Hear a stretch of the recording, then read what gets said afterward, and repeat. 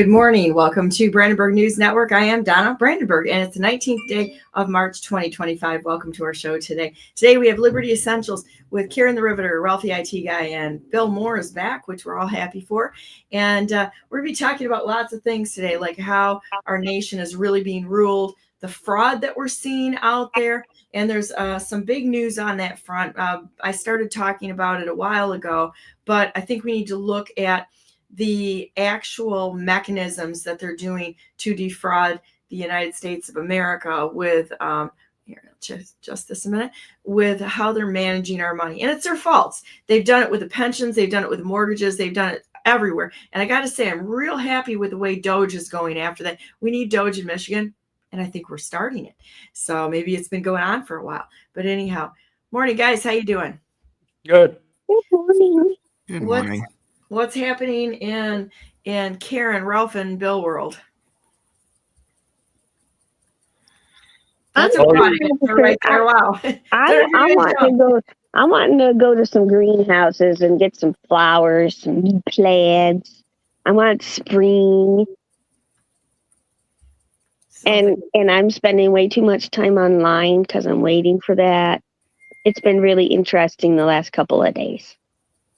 What have you been seeing out there?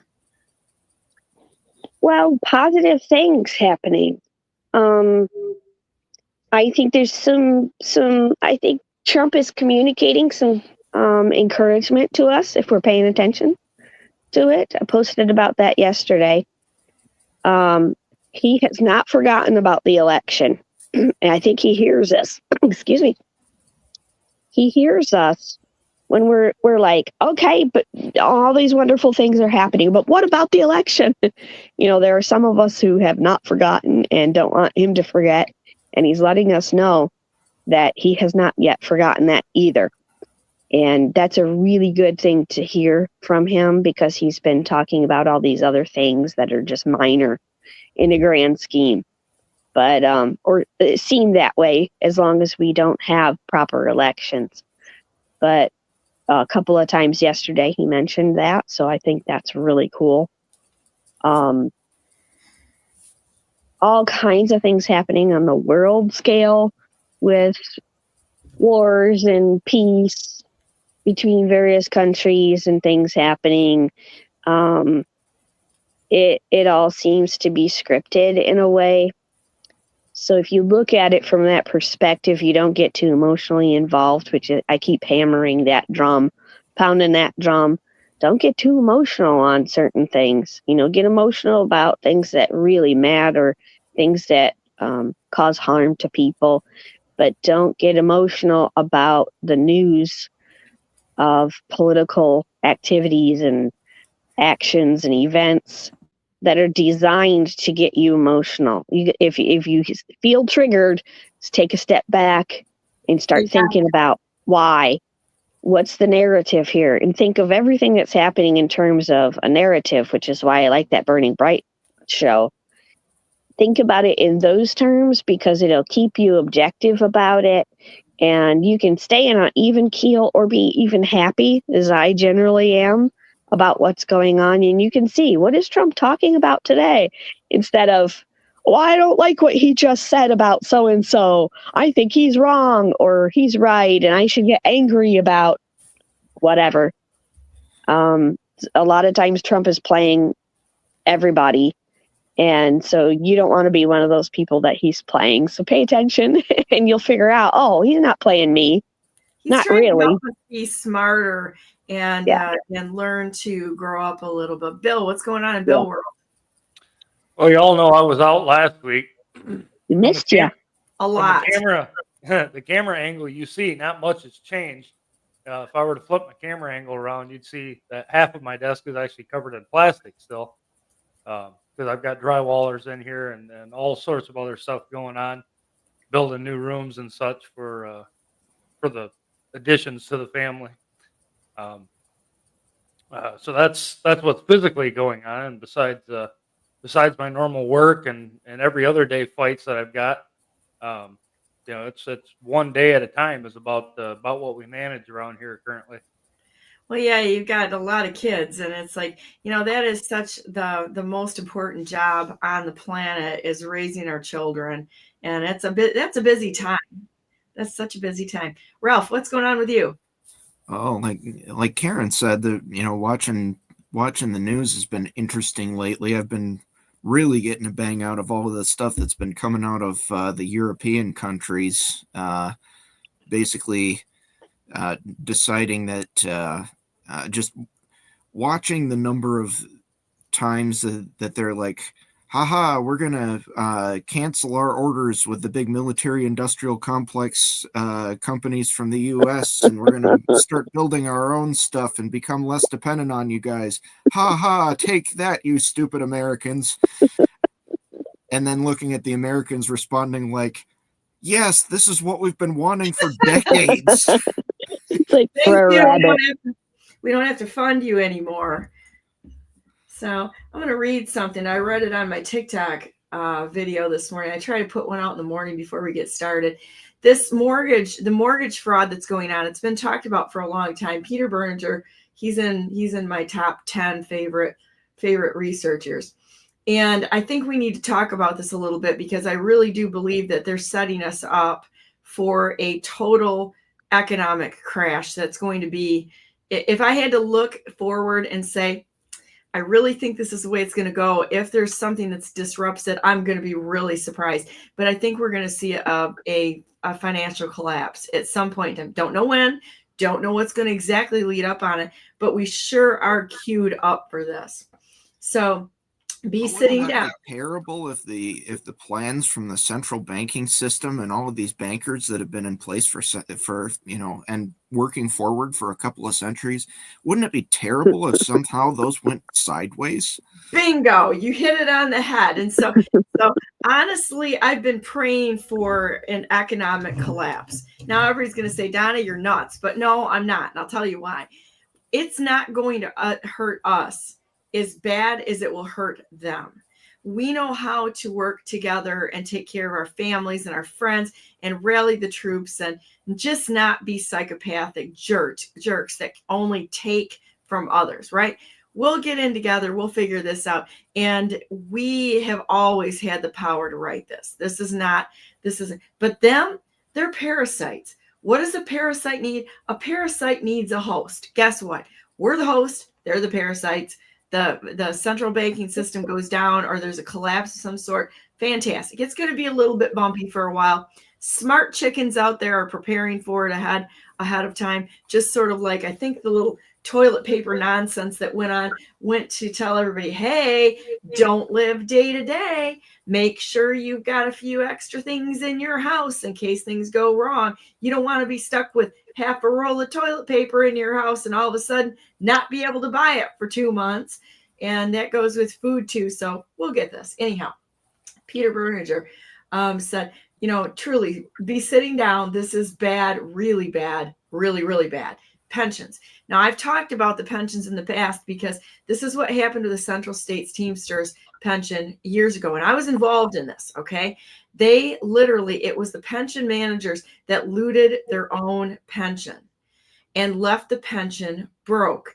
And then what they did is they came back on the contractors who had worked with the Teamsters and decided, oh, yes, even though you've paid your fair share, more than your fair share, even so, what got written in the ERISA Act was that anyone that had interaction with that on the employer side, not the government, not anybody, was on the hook to make up the deficit in that pension, no matter where it went, no matter who looted it. And it was the pension managers that looted it away from the people that had paid into it. That's what happened. And then they came back on the employers and said, guess what? You guys are going to have to bring this back up to plumb. You know how many people were just financially destroyed over this? Because you couldn't even if they bankrupted your company, it didn't make any difference. They come after you personally. And that's the damage with the ERISA. And I hate to tell you that if they bust these pensions with all these unfunded liabilities, which is in about $156 trillion, they come back on you and I. We are on the hook for this 100%. So here we go. The states have put everyone's house. Think about this and listen carefully. The states have put everyone's house up as collateral on bonds that they leverage 20-1. This means they borrowed $20 million for every $1 million they had in tax revenue. Found in Texas, Florida, Maryland. I'm going to tell you, it's in every state. I know it's in Michigan, though he's not putting it out there. What state and local governments have done is borrowed 20-1 against your home property tax revenue, which means they claimed ownership of your taxes and tax revenue. They've been fraudulently inflating home values 40% overvalued, even for just putting a few $1,000s on a spreadsheet. Now, I want you to think about this. That means that they are randomly valuing real estate properties. I've known this for a long time. When your township and such keeps raising your property value, they're not based on actual values. They're putting an estimate on it, and if they estimate one up and then another and another, it keeps the market going up, the values of the properties, thereby increasing your taxes. Okay? They're price setting. So effectively, their effect is fraudulent, dramatic increases in tax appraisal values, where, of course, your property tax bill skyrockets. A government entity such as a school wants a new building, bam, no problem, as they use the tax streams from all your homes. Say it is $1 million to go out and borrow $20 million, highly leveraged. And where does the money come from? Your pensions. Now, rinse and repeat. Remember this tax. So they're going to bust the pensions this way too. And guess who's going to have to pay for it? They're going to legally say it's every single citizen who's a taxpayer for this scam going on, for playing with our money. So now let's see, rinse and repeat. Remember that rates going up based on fraudulently inflated appraisals due to made up comps, where now instead of $1 million tax revenue, there's 1.4. What does the state and local governments do? Go out and borrow more money using leveraged bonds. Where is this money coming from? Your pensions, including teacher pensions. This is what I've been talking about in a long time. You get a pension manager that breaks a pension, that busts a pension, just like they did with Teamsters. It went back on the employer. Guess what? They've actually claimed ownership of your property effectively, thereby. And now I'm gonna move this over into the government by dummies axe my tax and say, why do they want to stop property tax without a plan to move those tax dollars to something else, or even to cut? Because you don't own your property. So who's going to end up paying the tax bills? Not them, even though they own it. They're trying to get rid of the tax liabilities so that they fully are not on the hook for the dollars borrowed. Bam. This is what these bastards have been doing. They are literally, and they just admitted to it. They just admitted it to owning your house, your land, and idiots that are out there supporting Axe My Tax is also cutting at a liability that they have for owning the property. Wakey, wakey, everyone. Lines are literally slitting your throat and the throats of every single tax-paying American out there. I've been trying to tell everybody this because it's hard to understand when you have these people that are so evil. It takes more than a headline to understand what they're doing, which means is Carla Wagner involved in it? I don't know. Is she a useful idiot? I don't know. I don't know which way it's going to go, but anybody that's doing this sort of thing are involved in it, whether intentionally or not. They're all involved in it, which means your townships are involved in it because they've also been, jumping the evaluation of your properties. Look at what they've done with raising the state equalized value and such. They're literally bumping up the taxes, the tax base, to do whatever they want as they steal your properties, and nobody said a thing. Oh, and that's the way they work in many other measures as well. I mean, they the CIA back decades ago, the director of the CIA said that our disinformation campaign will be complete when everything the American people believe is false. Right? And that all boils down to the same phrases that's listed in Hosea 4:6, where my people are destroyed for a lack of knowledge. Right? Yep. We as Americans, for the most part, don't understand. We don't comprehend what our government is supposed to look like. And therefore, they accept and submit themselves to tyrannical control because they see it as good. Right? An evil ruler will destroy his own nations to rule over the ashes. Right? Common phrase. And that's exactly what they do. They take from the people and then rent it back out to them. And it's not just your property. It's almost every luxury that you have, every contract you sign with any sort of big companies. It's energy. It's our energy. It's our mortgages. And they lease it back out to you. You rightfully don't own anything unless you have the knowledge to do so. We've reinvented serfdom. Yeah, we sure have. Nowhere and we funded it. We have been the ones that have been funding this. Nowhere in our government do they have the authority to claim ownership of anything. Understand that. The government does not own anything. They cannot. It is not one of their authorities. Anything that they claim ownership to is rightfully the people's. When you look at it that way, why are they taxing you on something that you own? Right? And there is nowhere in any of our rightful law or constitutions that provide for any sort of direct taxation to the people. Let's go into this a little further to explain how bad this is. Do they have the right to tax industry for inventory when that just-in-time crap came out? No, they don't. They're taxing you on something you already own. And the way that they did it was basically to strip it out, to disadvantage you for not being prepared, honestly. And it was part of tearing down the nation. Do they have the right to do that? No, they do not have the right to do that, in my opinion. And they don't have the right to demand that you put in paperwork to comply with their stupid oversight, administrative oversight. They're literally taking your time. They have no right to do this. It even comes in the theft of your time. It's not just your money, it's your time. When they accuse you of being in violation of something and you have to respond to it, they've just stolen your time. Time is property. Time is property. Time is yours. It's not theirs to take or demand that you respond. You want to know something? They demanded that this is funny. Somebody brought it up yesterday, that every single person running for office now, this is what these bastards have done, that you turn in a personal financial statement. This went into being last year, and I think February or May. It was between one of it. It was voted in, and the legislature voted this in. Do you want to know why?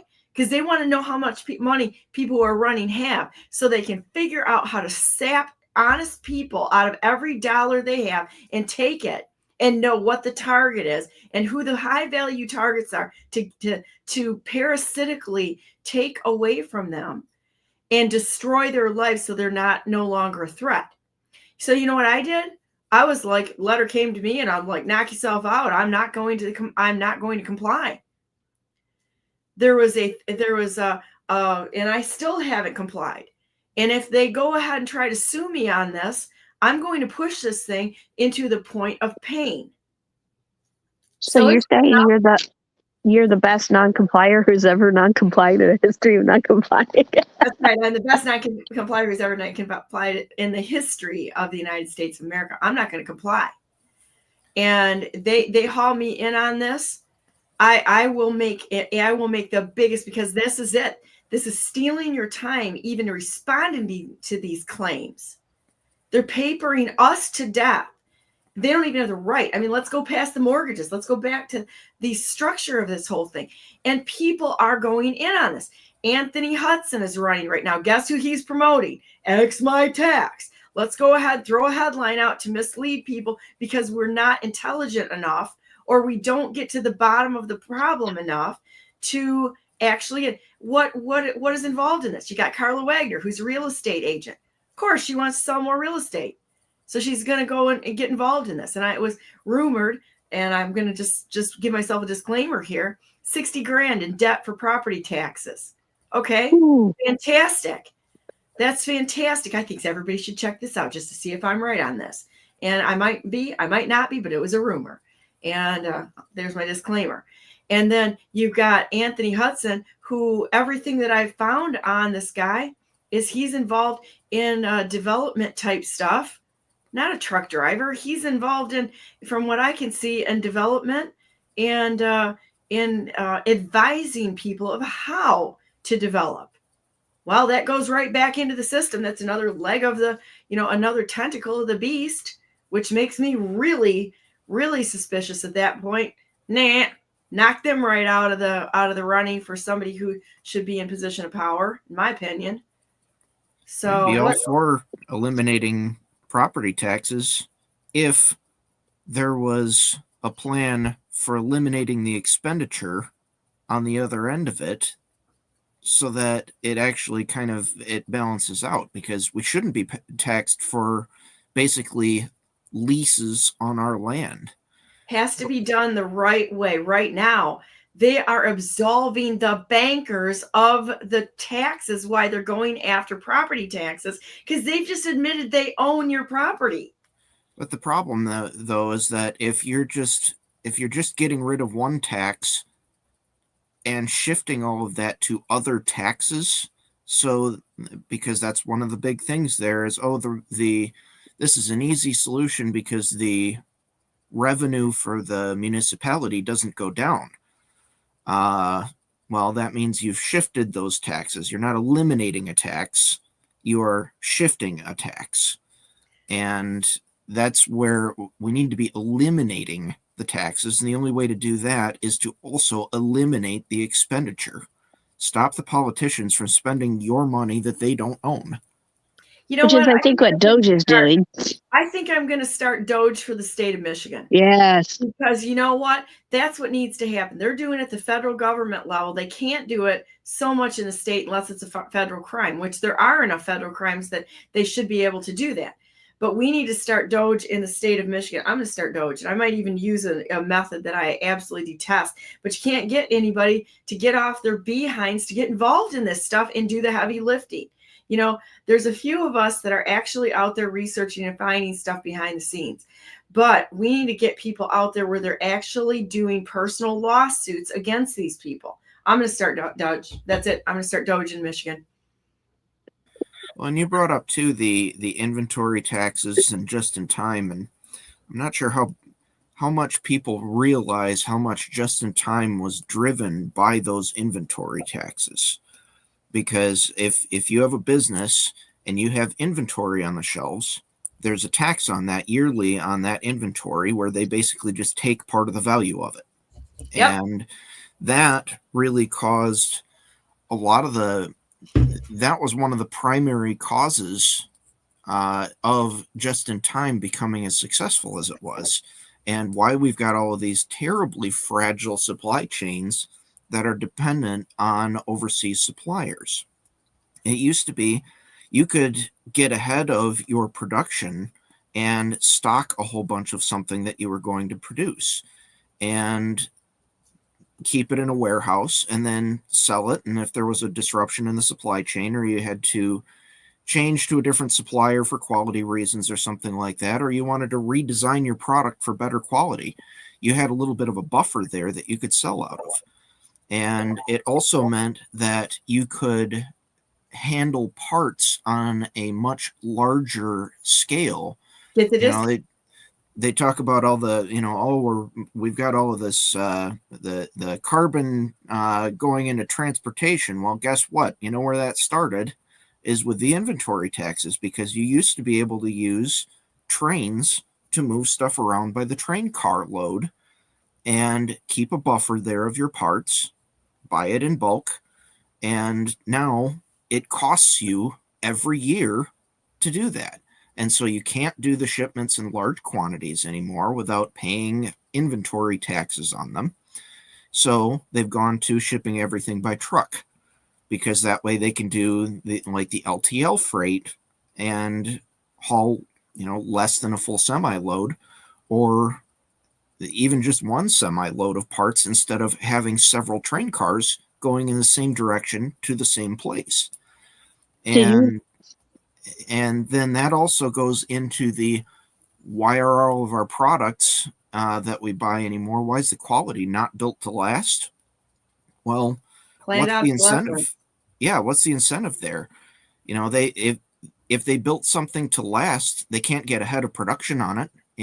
When you could get ahead of production on something that would last and fill an entire warehouse with something that would last, because you knew it wasn't going to just sit there and disintegrate in 6 months, there was an incentive there. Now, what's the incentive? You might as well build something that only lasts 6 months, because you're going to produce it, you're going to kick it out the door, and you can't store it anyway. So who cares? Did you see that about green energy? Why don't we build things to last so we don't have to, throw things away so quickly?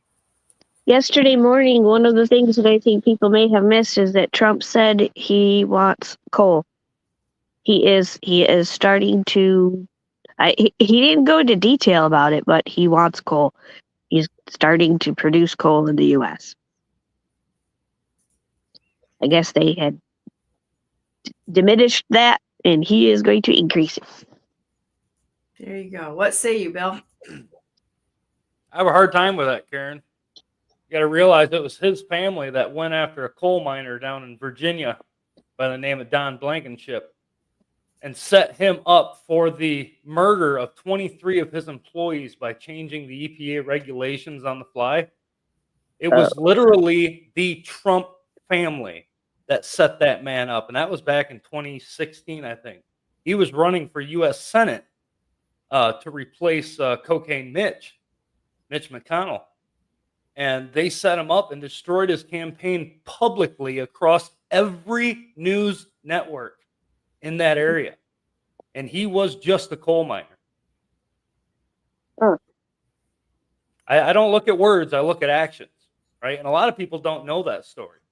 But that man's that was the only man in history who spent any amount of time in a federal prison and could only be convicted of a misdemeanor charge.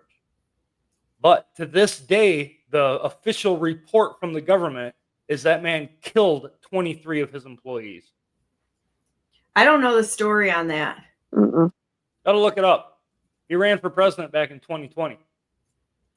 And he made that very public, but nobody would cover it. How long was he in Maybe prison? we can do it. What's that? How long was he in prison? I don't remember. It wasn't a terrible long time, but they put him away, I think, for a year just to destroy that campaign. And he would have smacked down McConnell in a heartbeat. He had all of the poll numbers that were being reported, even publicly across media. He had the poll numbers from the people. Do you personally know him? I do. I actually campaigned with him in the state of Michigan in 2020. Let's get him on. I'd love to have him talk here about what happened. Yeah, he'd be a good one. He has a little bit more insight to that. I don't know where he stands on all the issues, but I did support him in that at least.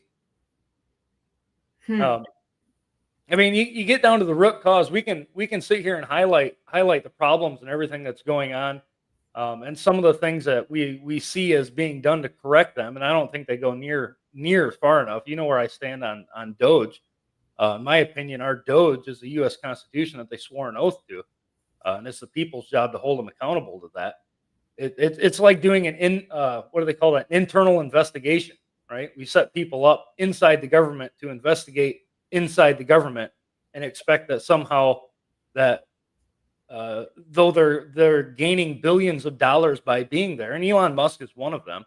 He gets, I don't know, $38 billion a year in government subsidies through all of his companies, right? You look at the attorney generals that were just fired from numerous departments. Look at what they were doing in the last 5 years. They were investigating Elon Musk's companies for misuse of government subsidies or government money, right? And all of a sudden, they were the first ones to go when he took over Doge. I mean, that's a red flag. That's a huge problem in my eyes. So I don't trust anything that's going on there. But I mean, the root cause of it, it goes back to what the psalmist said in Psalms 9, the wicked shall be turned into hell and all the nations that forget God. I speak about this all the time. We have forgot our roots as Americans.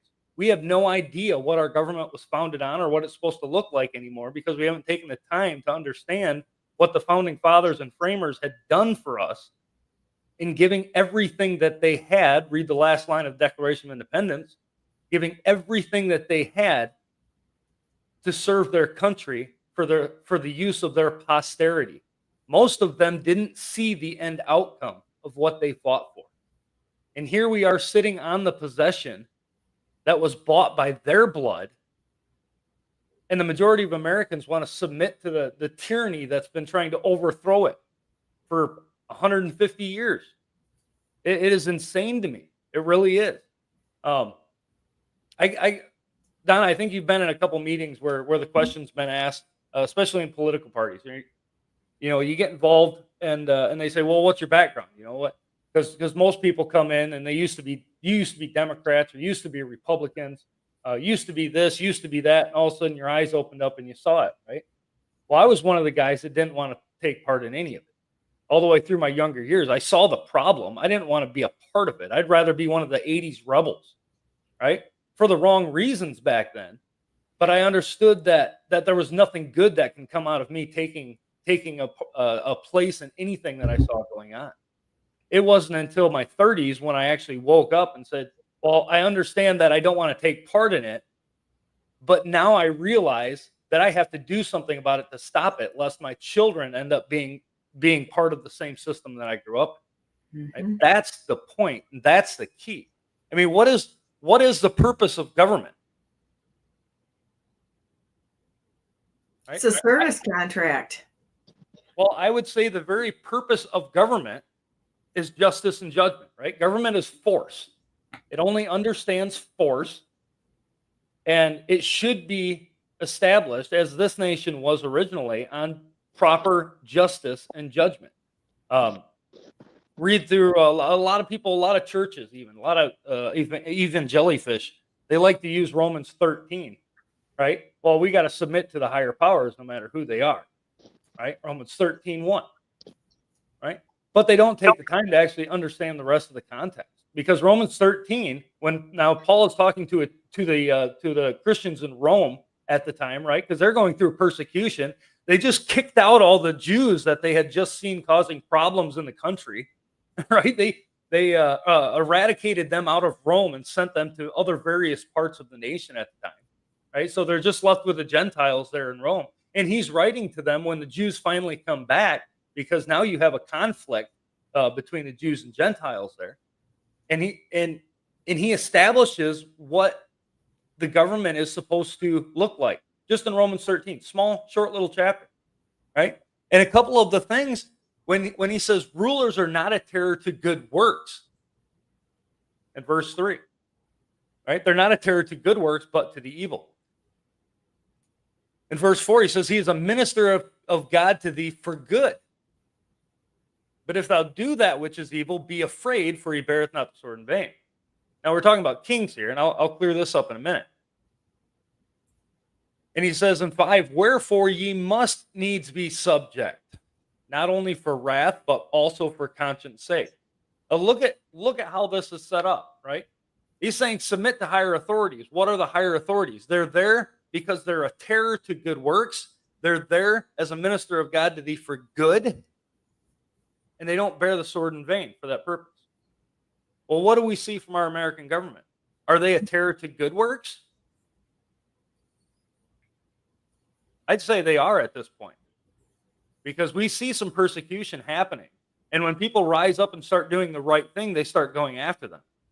And how many times in the last 5 years have people cried over the censorship issue?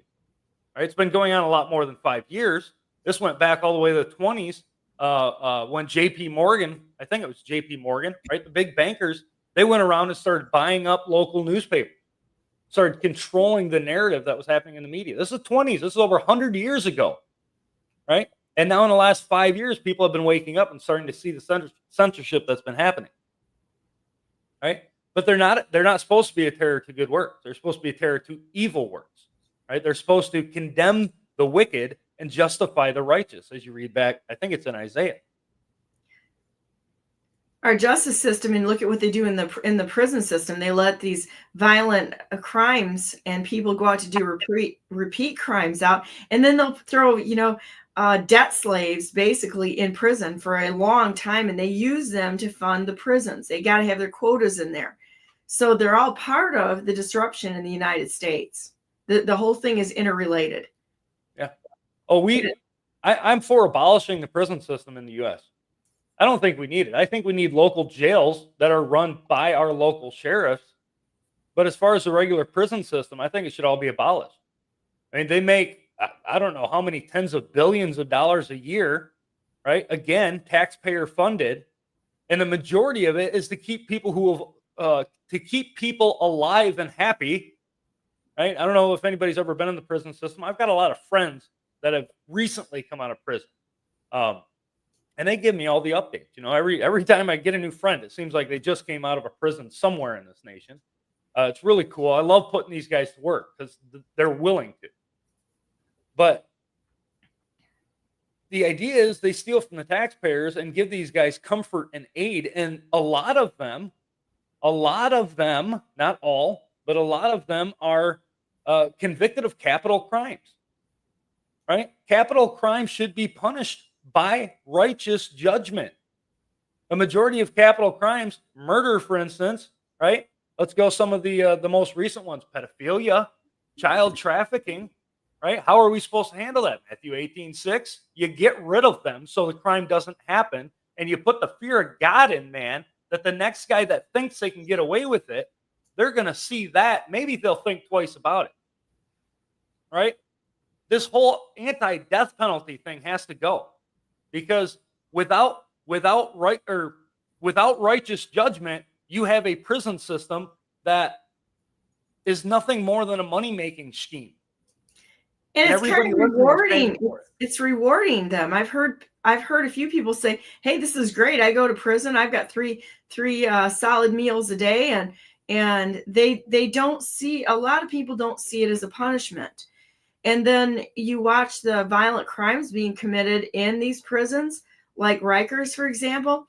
Somebody commits a violent crime in prison, they're done, in my opinion. We have already helped them try to get on some sort of path. There is no rehabilitating these people.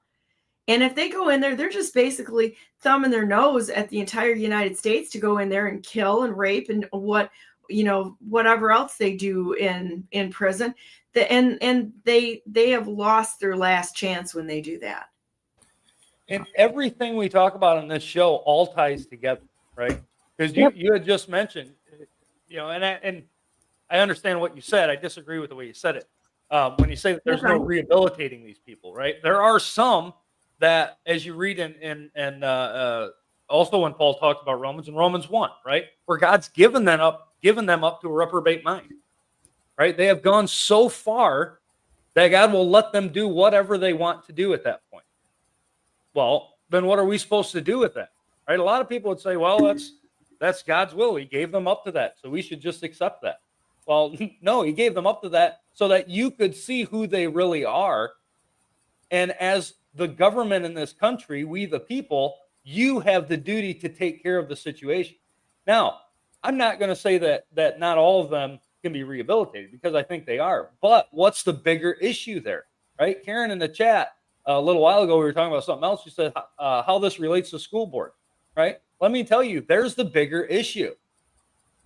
Because when we don't teach the next generation that life is valuable and that life is created in the womb, that humans are knit together, that God knows them before their parts are even assembled, right? If we don't teach kids that, they have no value of life. Murder is nothing to them, right? They don't see it as taking another life. Well, they shoot each other on the games all the time, every day. Yeah. Yeah. So that's where prevention comes in, right? It's easier to deal with the crimes before they go into the prison system than it is to have to deal with it after. Yeah. And that's why I say the church has failed in America, because of those specific things. They do not teach the next generation what is right over what is wrong. They have been consenting to culture instead of being molders of consensus. Right? They should be the ones rising up. I say they, me included, we should all be the ones rising up as we do on this show and be shouting from the rooftops all of these things, because not one thing that ever gets mentioned on this show is self-sustaining. Right? Ralph, you had just mentioned that a little bit ago. You cannot deal with just one little tax without dealing with the expenditure that it goes to. You can't deal with the expenditure that it goes to unless you deal with the corruption that happens in the legislature that's causing it. Right? And that circle back around, that goes back into Doge. I just saw one of this was a few weeks ago, but one of the senators stood up and was talking about that regarding where their money went. Right? And they were saying how Doge has found all of this money that was being sent from the U.S. aid to all these different unconstitutional areas, right? And you go in and list them. I mean, I don't have enough fingers and toes, so I'm not going to try right now. But he was bringing that up and saying, well, I had no idea. The American people had no idea this was going on, right? Well, hold on a minute, Senator, because when I read in the Constitution, the legislature is the only one who has the authority for the appropriation of money. Therefore, if you didn't know what was going on, it falls at your feet. You did not do your job properly. Right? Every one of them that passed that now should immediately be removed from office. Mm-hmm. Because once the people understand it, they should go after the people that caused it. But here's the kicker.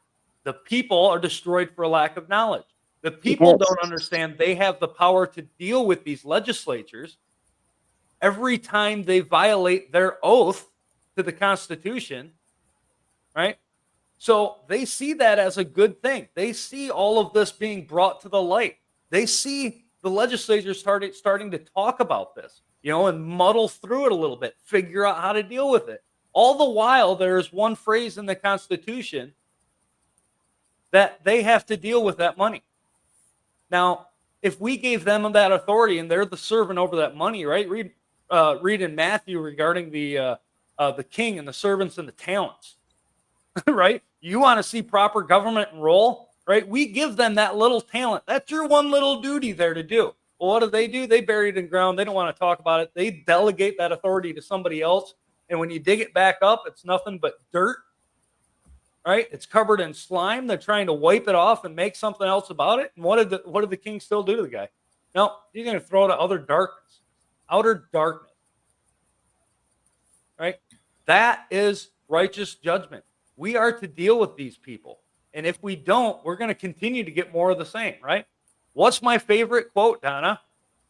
If you want the results you used to get, you have to do the things you used to do. Look back into the early 1800s and see how these people dealt with the corruption that happened in government as they were seeing it. And then look at the education system. See where the churches started to fail in the 1820s, 30s, and 40s. Look what we ended up with in the 50s. Look how the political mindset changed in the 1860s. Look how we ended up dividing the country. A house divided against itself cannot stand. Right? Read both sides of that war of the states that they want to call civil. Anything but civil. That was an attack from the government on the American people, is all that was.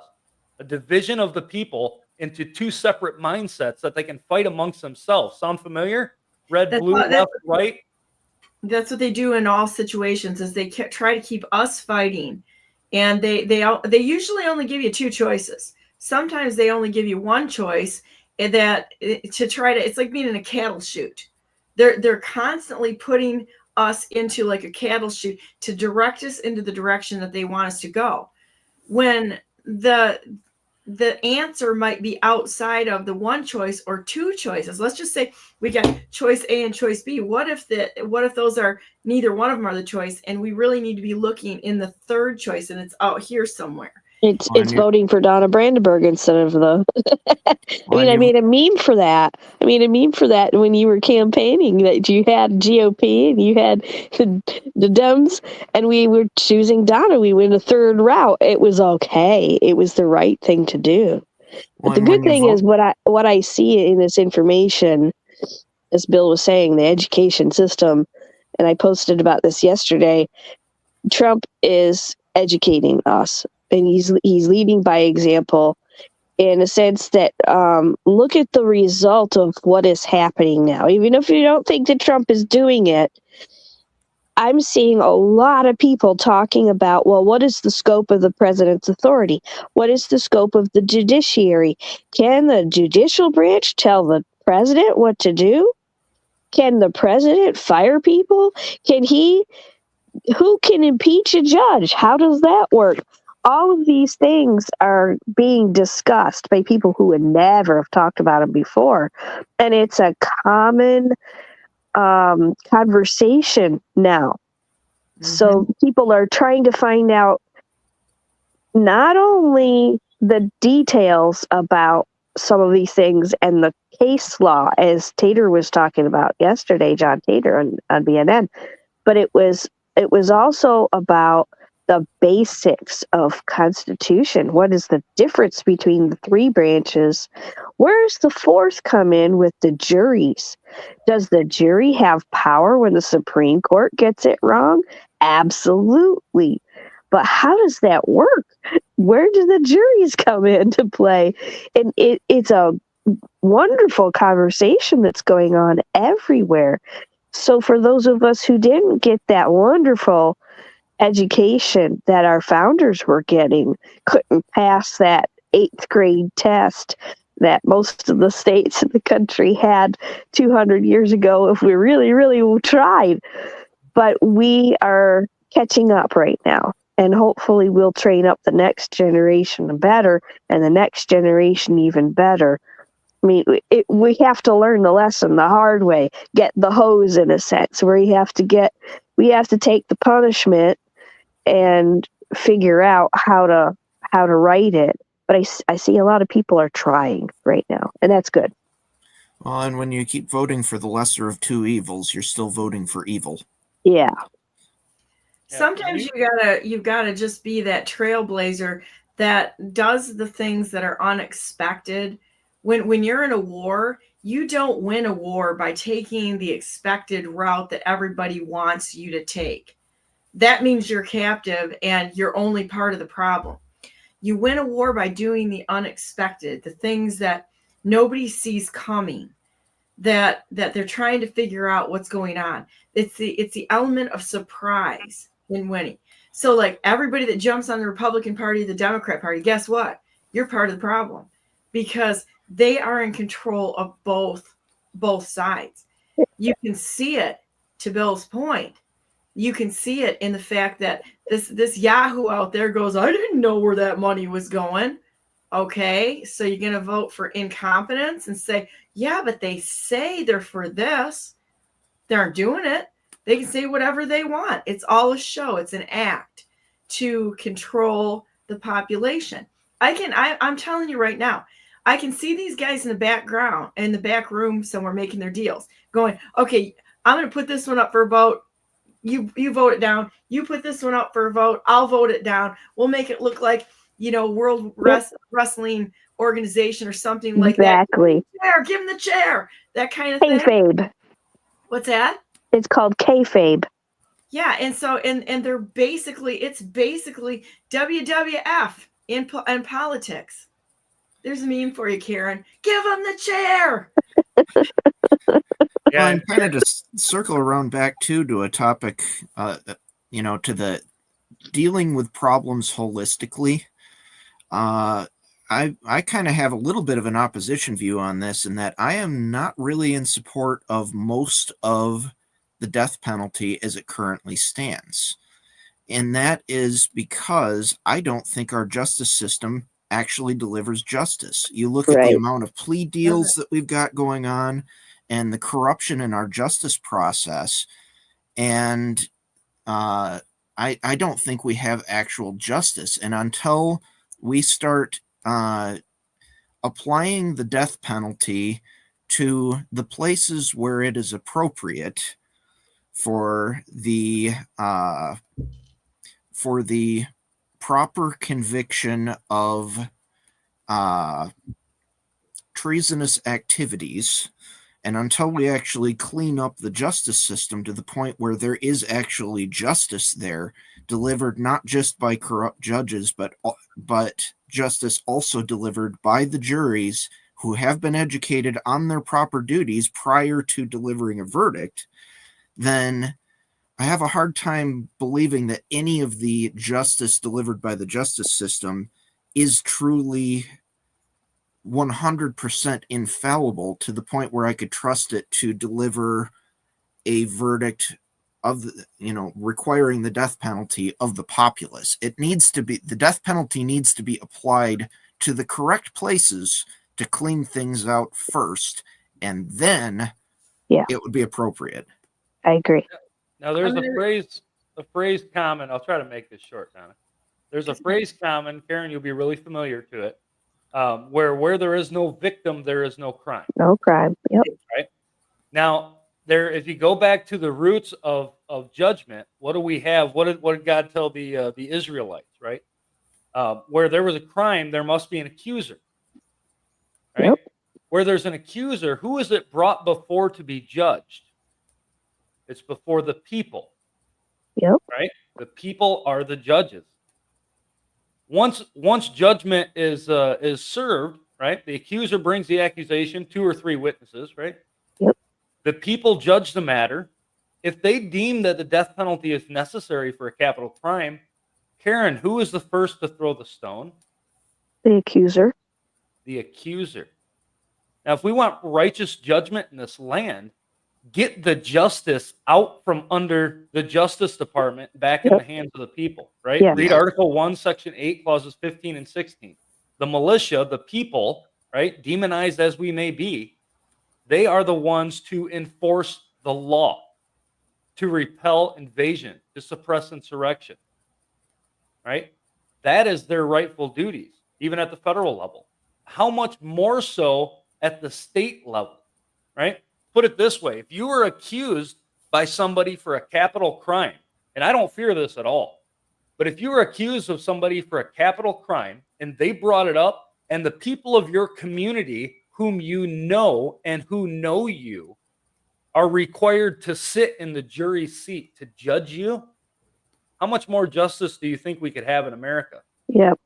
But they have taken the juries out from your local peers, right? Read it, a jury of your peers. They've taken it out from that and gone into a random mixed jury and even kicked people out if they have any affiliation with you.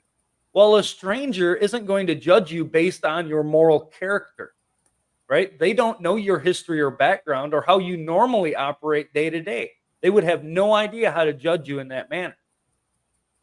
But if it's a jury of your peers and the militia has been the one to enforce the law, to bring you in, and then to gather the evidence against you, you sit before them. And if they want to convict me of something, let them throw the first stone. I'll be happy to take it. Because at least then I know I may have been in error. If that many people who know me can see something wrong in me, I'll take it. But strangers, they ought never sit in a judge's seat. Mm-hmm. Never. Yeah. Never. And again, this goes back to education. I'm with Ralph that right now, I mean, people don't even know about the concept that we're talking about here. The concept is out in the ether. Excuse me. And so how do you be a jury? How should you be a jurist? And I mean, even in the assembly, which is named the General Jural Assembly, and they talk about juries all the time, the education, as I experienced, was not there. There's a group of people calling themselves MGJA, which are not MGJA, that, so we have a false dichotomy going on even there. But supposedly they removed me by a grand jury process after I left the actual MGJA, which I think is hilarious. But I found out about it through the grapevine. So they believe that they performed a grand jury process on me without a proper lawful notification, without bringing the accuser to me, without bringing forward evidence that I can witness, and did not notify me of the result. I mean, how many ways is that wrong? And these are people who claim to understand how a jurist process works. So that's how bad it is that we don't know, to Ralph's point, how can we properly do a lawful and godly exercise of convicting someone to the point of putting them to a death penalty. I think we need some more education before we can go that step. And it's kind of like what I see with Doge. Well, they're trimming the fat. Once we defund some of these criminals, then we can out the corruption. Then we can educate the people. Then we can get the proper justice. So it seems like that's the process that I see that we have to do one step at a time. But as I said in the chat, even yesterday, the news came out and didn't make much of a stir that Louisiana performed its first execution by nitrogen gas. So it's happening, but it is a little bit scary because on the one hand, well, if you're innocent, go with God if they get it wrong. But on the other hand, is it right to kill somebody that didn't do anything wrong? And that's why I think due process is so vital. But understanding the role of a proper jury is also vital. Yeah, and Yeah, let me we gotta get it right. together. Let me clarify Yes. that by saying I will never consent to the state having the authority over the death penalty. That is Yeah. why I say it must be in Yeah. the hands of the people. Yes. Because the people will understand when they see it, the people will understand, just as our fathers did, it is better that 1,000 guilty men go free than for one innocent man to die. Yeah. Yeah. Well, I want you to think about this. They've already proven themselves that they're capable of murder. We have the nursing home situation. That was a third-party murder by Whitmer. So we have people who are murderers and assassins that are within our government. Why would we ever give them the power of the death penalty? We shouldn't. But as you said, the correct process is in the hands of the people. But that thereby, again, what's happening with our elections? The elections are being basically handled by the state, telling the townships, the counties and the townships and the municipalities what they are to do and how they are to do it. The political parties are telling the people in the precinct delegate category, blah, blah, blah, even though there's a lot of good people that are trying to do the right thing. I'm not going to take it away from them. I'm thankful for every single person that stepped forward to try to do what they think is going to make a difference. But it's a top-down management style. Well, the people on the top are murderers. They're thieves. They have killed millions of us. Look at 9/11. That was from an inside. That's from the inside. I'm completely convinced of it. That was an inside job. Look at the vaccines. That was an inside job. Look at the viruses. Inside job. They're funding this. Now look at the theft of our own properties. Inside job. The ones on the inside are leveraging, claiming ownership to your land and borrowing 20-1 against that, using your property as collateral. That means they're admitting to owning this. So they will literally do exactly what the dictators of the past have done in Cambodia, in the Bolshevik Revolution, in Germany. There's no end to how many times a corrupt, communist, fascist government, whatever you want to call it, communo-fascist, Authoritarian. corrupt, authoritarian, collectivism-based government will do. They will kill anyone who gets in their way because they are a godless group of people that have basically sold out to the beast system. And to the point here, we have Al Richards is on again today. Hey, Al, how you doing? And Shawn's there. I'm going to bring Shawn on in a minute. And as Al said, this is a spiritual war that we're in. The legal system is the beast system, and don't expect a snake to be a sheep. We're expecting them to do the right thing. They have no ability to do the right thing. They are completely and utterly godless, sold out completely to the beast system, to Satan himself, and to the allegiance to the economic capture and destruction of this planet. I'm going to bring Shawn on a minute. Shawn, you out there? I don't see you behind you. He's going to get some coffee. I'll bring him in. When I look at the courts as they currently operate too, and you've got, some jurisdictions that have like upwards of a 90% plea deal rate. That's not justice. Yep. And when you start looking at the jury selection process and how many people get disqualified from sitting on a jury after being called in for jury duty, how many people get disqualified for sitting on a jury for having knowledge of the law relating to the crime? What are the laws on the books? If you know them, you get disqualified. How many people get disqualified from being on a jury for knowing about jury nullification? There's so many things that are like, why should you be disqualified from a jury for educating yourself on proper legal processes and the laws that are on the books, which we're supposed to know if we're going to be delivering justice?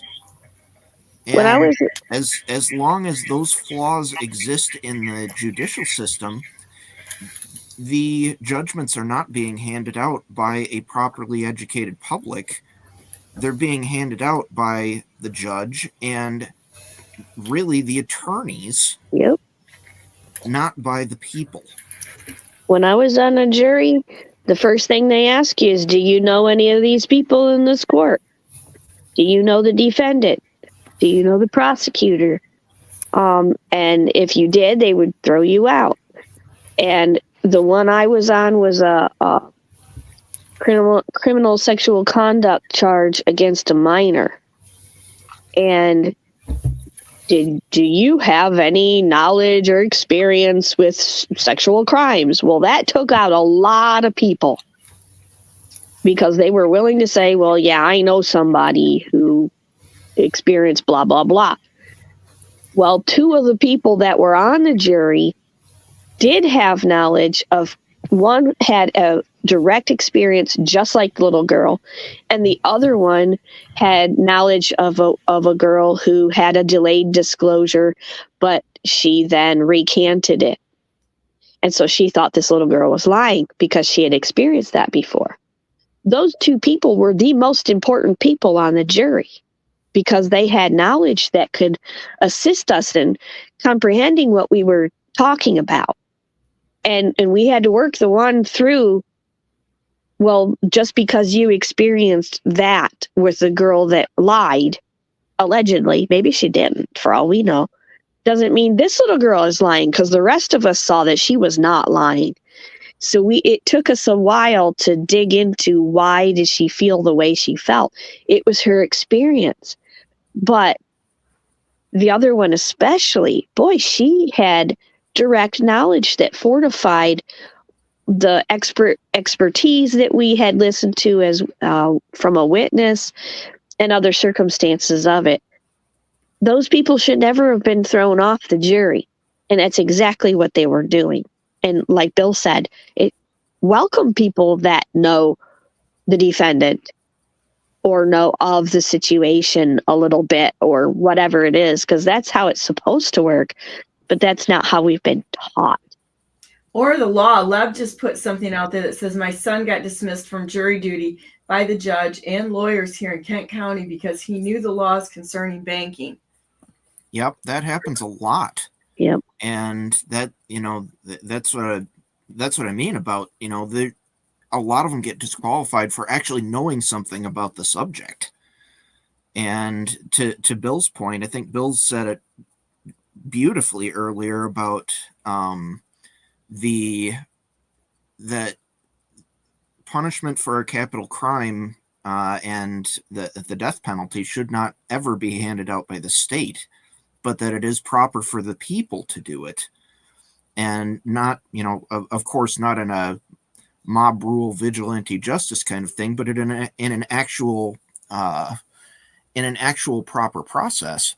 And that is a perfect way to say that, because you get the state involved in it and you get some major issues. And right now, that's a lot of how our courts are being run by the state and not by properly educated populace. And then we also have the problem too of how many of these cases, they're selective about how cases going in front of a jury, how much of those cases gets disclosed to the general public. Because if you look at that, there's also a lot of cases that get completely buried so that they can have a jury that has no knowledge about them. But boy, if they want to have one that they can poison the jury, they put that whole case out there to the general public as wide as they possibly can, so they can be super selective about who they disqualify from that jury for knowing something about the case. Yep. Yeah, I think all juries, all judicial systems right now should be brought back to the local communities, right? And I'm not even talking district circuit courts. I'm talking about your individual, like, counties and townships even. I think we ought to have individual community courts. And if you want to train up the next generation in doing this, I don't know, Donna, if you've ever done this, or Shawn, or anybody else here, but if you want to properly train up the next generation in understanding this, because this is vital for the success of a nation, is to rule in proper judgment and justice. But do it in your own households first, right? If you've got kids in your household and one of them screws up, right, and there's a little bit of confusion what's going on, family court time, man. We sit down, we set up, the siblings are your judges, or is your jury, right? And I'm just sitting back and just be able to help you out along the way, show you what's right and wrong. You make the call, kids. Your sibling screwed up. Are you really gonna throw the first stone? That's right. Are you gonna be the first one to punish them? Because if you're gonna make this accusation, it's not gonna fall to my hand. It's gonna fall to yours first, and then I'll take care of it. Right? That's the proper way to train up the next generation. And if we would do that in our own households, if we would do that in our own churches, we wouldn't have to worry about doing it in government, because the people would understand the fear of God, and they would understand the law, and they would understand how vital it is not to falsely accuse somebody. And we wouldn't have a lot of this nonsense going on if we would just train up the next generation to do it properly. To your point, you just said something very significant that brings me to the subject of homeowners associations. Have you ever worked with a homeowners association and seen how they will gang up on one person and they're really breaking the law? They're, first of all, hang on, I'm gonna mute you a minute, Shawn. We got some background noise there. The homeowners associations are, first of all, they're unlawful. They have no right to tell you what to do on your property. I don't care. They're treating this entire state like a condominium type structure. So the houses are now treated like condominiums, even though you own the land, except for right now, we've just had them admit that we don't own the land and that they own the land. And so that's why they're pushing everybody around. But the lack of communication that goes on between people in the homeowners association, and the brutal picking on people because there are people that are taking payoffs. I've seen it in two different places where you can look at them and going, this person's getting a payoff by someone here in order to push an agenda because somebody's either getting ownership or contract out of it. And so right now, the laws have to be in a position where we can enforce them So we've got a caveat here because there's a lack of spiritual discernment, conviction, and doing the right thing. There's a lack of fear of God or focus on God, that there's an ultimate judgment. And if you break the rules, if you break the laws that are in place, they don't even care. And they don't see that they're just as bad as those people that are committing a capital crime. They're just doing it by inches. It's like piranhas. Like spiritual piranhas, little tiny bites. Oh, it doesn't matter. I'm just going to gang up on people and do these little bites. And it has to be sweeping across the board on knocking this lack of God-fearing spirituality, of defending each other and not doing anything for your own gain, but doing it because it's the right thing and under the law and in front of God. It has to be restored. Right. What say you, Shawn? You know, what's interesting is this kind of goes back to. Can you turn your camera on? I'm feeling. I'm like. I know you've got a camera, so it's like I'm talking to ghosts. And Donna, I've got to get to my crew anyway. It's 10:15 now. So. Why don't you say last words here, Bill, and then I'll let you get off the show here and go to work. Sure. Well, everybody knows what we talk about. You know, we can back it up with the law. We can back it up with the Constitution. We can point out the corruption, but not only that, but give the opportunity to do something about it. Right? What holds people back from getting involved and doing anything about it is the biggest question, because a lot of times it's an inconvenience to the people, right? Well, it was a real inconvenience to have Israel walk around the desert for 40 years as well, right? Because of the mistakes that they made and that they allowed. But what did it say to the next generation to them in Deuteronomy 20? It said, "Do not let your heart faint. Do not be afraid and do not tremble or be terrified because of them.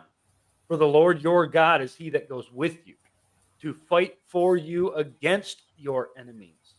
Yeah. Right? It's not just us. We just have to be the willing vessel to do it.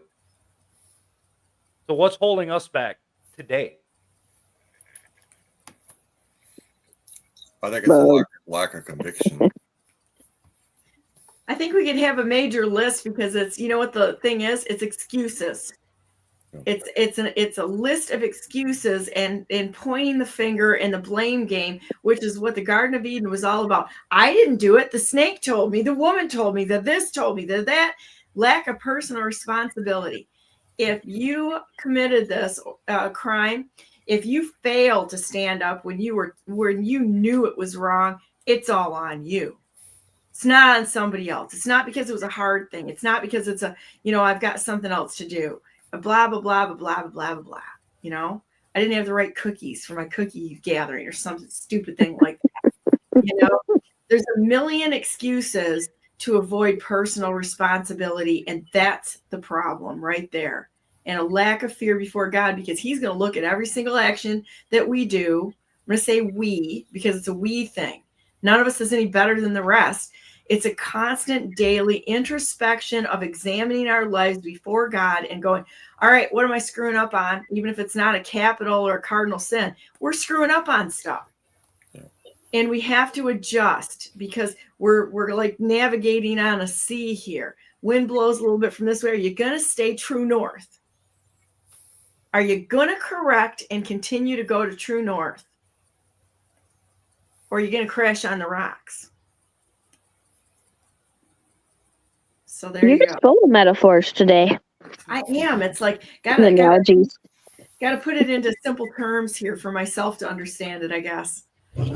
So all right, ladies and gentlemen, I will see you again shortly. Hey, thanks for being on today, Bill. This is great. I always appreciate your wisdom. We all do, and we were definitely missed last week. So we need to get moving on. Get going on those construction projects. Yeah, they should be done next week. I'm hoping you're gonna have to come out and see the colors. You've seen the inside of my house. I'm not a white gray guy, Yeah. We're bold colors around here, and we went wild on this one. So it's gonna be really cool. And I finally get one of my black rooms. So fun. Yep. All right. We will talk to you later. Thanks, Bill. We'll talk to you later. Yeah, I should Okay. probably get going too. Oh, we've got Dr. Kent's on this morning. You want to come on today, David? I'll send you. I'll send. Nice to see you here. They use special software to pick juries. It's so corrupt. All right. Thanks for being on today, Ralph, and you have a great day. And I'm glad that things are working out well enough for you to be here. Yeah, sounds good. Thank you, and see you later. You were missed also. Okay, so I'm going to ship David the link here, and we'll see you later next week. All right, talk amongst yourselves, and I will go ahead and send this to David. So I haven't seen the end of the show from yesterday. What I did see was the start of your segment when you were covering a lot of security measures that people can apply to their homes. And I'm like, oh, I could do that. Well, that's easy, or that's interesting. So I've got it on pause so I can come back to it. I had like 3 different things I wanted to listen to yesterday, so I have to play some catch up. Yeah, it's actually pretty easy. A lot of home security is just behavior modifications that people can do just to make sure that they don't unknowingly target their own home for wannabe criminals. But one of the big things is that back in the early 1900s, the Rockefeller family was instrumental in making sure that this basic form of education would be kind of wiped away from the general public, and they started bringing in, all different kinds of things and distractions, and eventually people would just stop. Parents would stop teaching their kids about, how to do home security. And it was just a lot of it, which it comes down to, it's like, do you keep your yard clean? Do you keep it mowed? Do you picked up? Do you keep your, and what's funny is back in the 1940s and 50s, people would leave their doors open. The crime rate was astronomically low because during that time, people, a lot of people, they just came out. It's like, the other guy was talking about, we come out of the 1800s, we had swift death penalties for a lot of these, bad crimes. And a lot of people said, this is not the direction I want to go. So it kind of deterred them into, getting back to having a relationship with God and people, neighbors working together and solving problems. And then by the time we got to the late 1950s, there was a lot of things that was put into policy in Washington that then it started to just kind of stir things up a little bit. Again, more division, and then we had the Vietnam War, and then there was the sexual revolution of the 60s, and pretty soon it just kept growing and growing and growing. And what had happened during that time was modernization of a lot of electrical security devices, and they start peddling a lot of these different things. They started with the commercial sector first, and then they go to the residential sector. And what people forgot was it was just a basic behavior modifications. That's what's that's the true core of any kind of home security. Or even like when I worked doing armed security, cameras are great, but unless you're sitting in front of a monitor watching everything going on for 12 hours a day, chances are you're going to be interacting with people constantly on a daily basis. We always have to keep, especially like government buildings, a lot of our walls are made out of glass. And the reason for that is so we can actually see through that glass of any threats coming before it gets to the door. So if we need to do a lockdown, or if we need to, or just go to the door and approach somebody outside the door, or things like this. So the name of the game is how do I get my eyes on the outside and the inside of the house, right? But at the same time, I want that recorded evidence. So if the cops come to my house because I had protect my family, and somebody broke in and I had to shoot them to stop them. I want that video evidence, right? And the third training video that I was going to show yesterday, we didn't get a whole lot of time to show it, but this one in particular, it actually shows it's called the Israeli Mossad method for home defense. And this is where you developed a safe room in your house, right? So the idea of the safe room is where a room that nobody can penetrate, right? Or at least give you some time to be able to escape out a secondary window or a secondary door, right? And usually most recommendations is you want that safe room to be somewhere where it's, it could be a basement, it could be, as long as it has windows, the operable windows, or a room, maybe. If your only safe room you can design is on the second floor, and then make sure you have like a rope ladder or something like this so that you and your family can get out if you need to. But and then your door, you need to make sure it's not a regular interior door, but something of a solid wood door or a solid metal door. I know for some people they think it's kind of pretty weird, but the safe room is actually designed to protect you and your family against any kind of threat. And then of course there's companies out there that actually design these safe rooms that they can put into your house. But those are pretty expensive, but there's other ways you can do this without having to spend a lot of money. Just some basic things, like putting up a linebacker door bar in your safe room. That would help. And then of course, if you want to have a solid door as well. But and the Mossad method is with the safe room design. This is where your family retreats, right? And in the safe room, this is where you got your TV monitors, where you can see all the cameras. You have all camera access outside and inside. You can actually identify who the culprit is, and you can identify who this, or who the threat is, right? But one of the big things that people don't understand, can't distinguish the difference between who is a burglar and what is a home invasion. So burglary, the intention is to come in and steal your stuff. Home invasion, however, that's completely different. They're there to actually hurt or kill you, right? And in most cases, I want to say about 99% of the time, they're always after the male figure first. Why? Because to get rid of the alpha male, then the women and children are going to be especially vulnerable to them.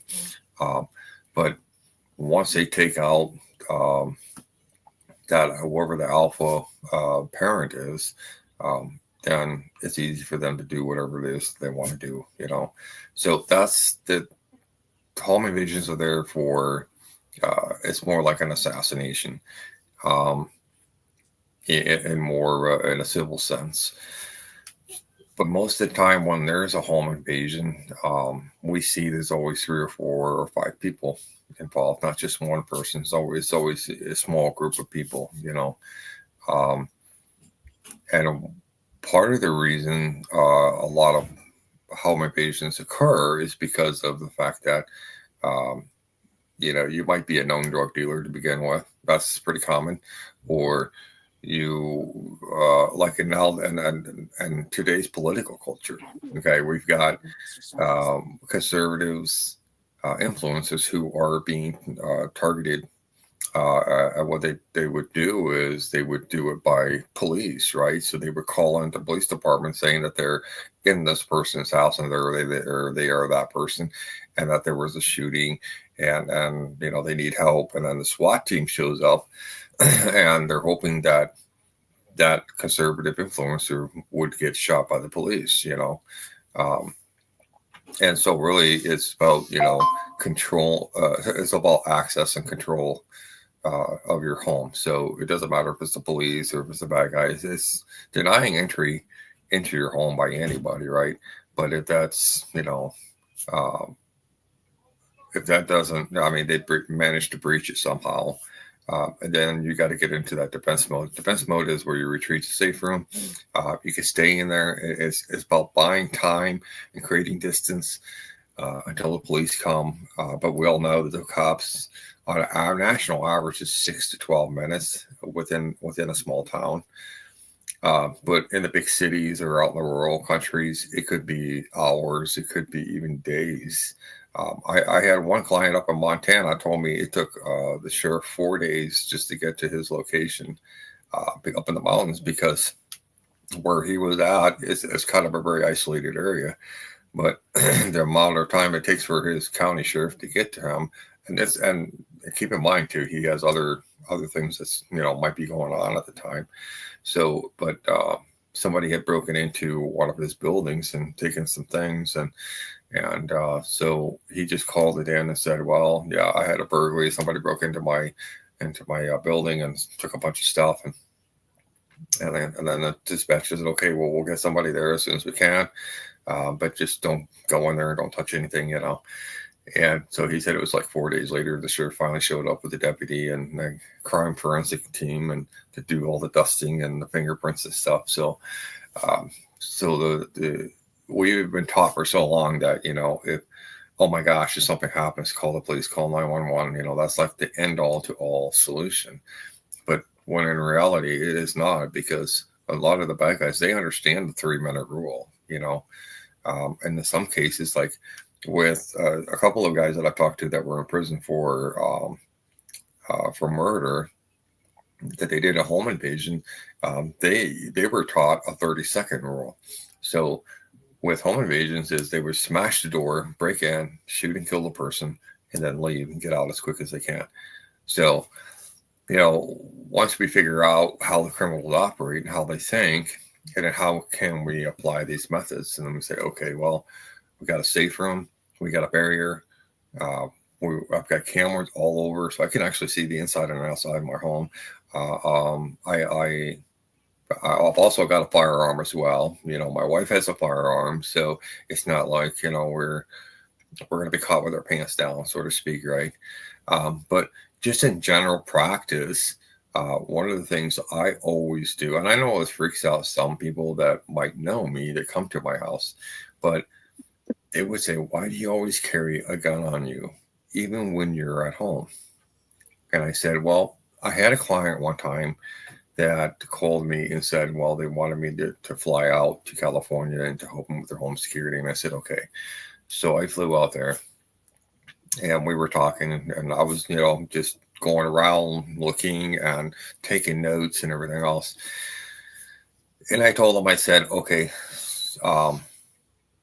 why you've got this huge house, you got a very, very large house. I said, where do you keep your guns?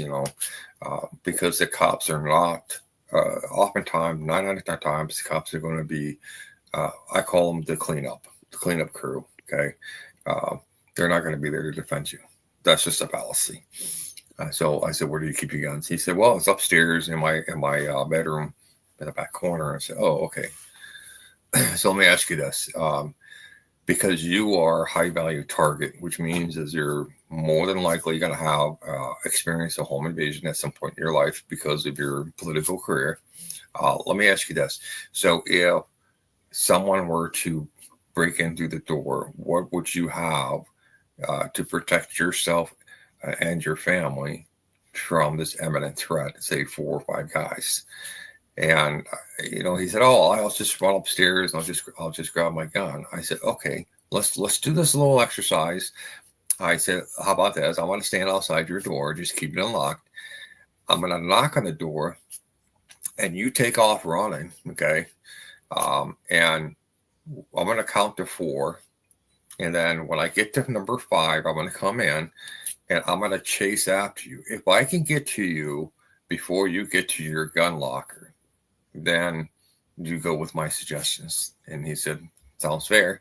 So I stood on the outside of the door and I counted. And by the time I got to 5, I opened up the door and he was halfway up the stairs. I ran after him. And before he even got to the top of the stairs, I got a hold of his pant leg. So it's just a show that you need to understand your your building, for one, your home that you live in, right? How big is it? You know, is it a small house? Is it a ranch house? Is it a farmhouse with like 2-3 stories? You know, what obstacles do you have in your way? So it really comes down to it's all about strategy. Where do you put your safe room? Sometimes you have to have more than one safe room, you know.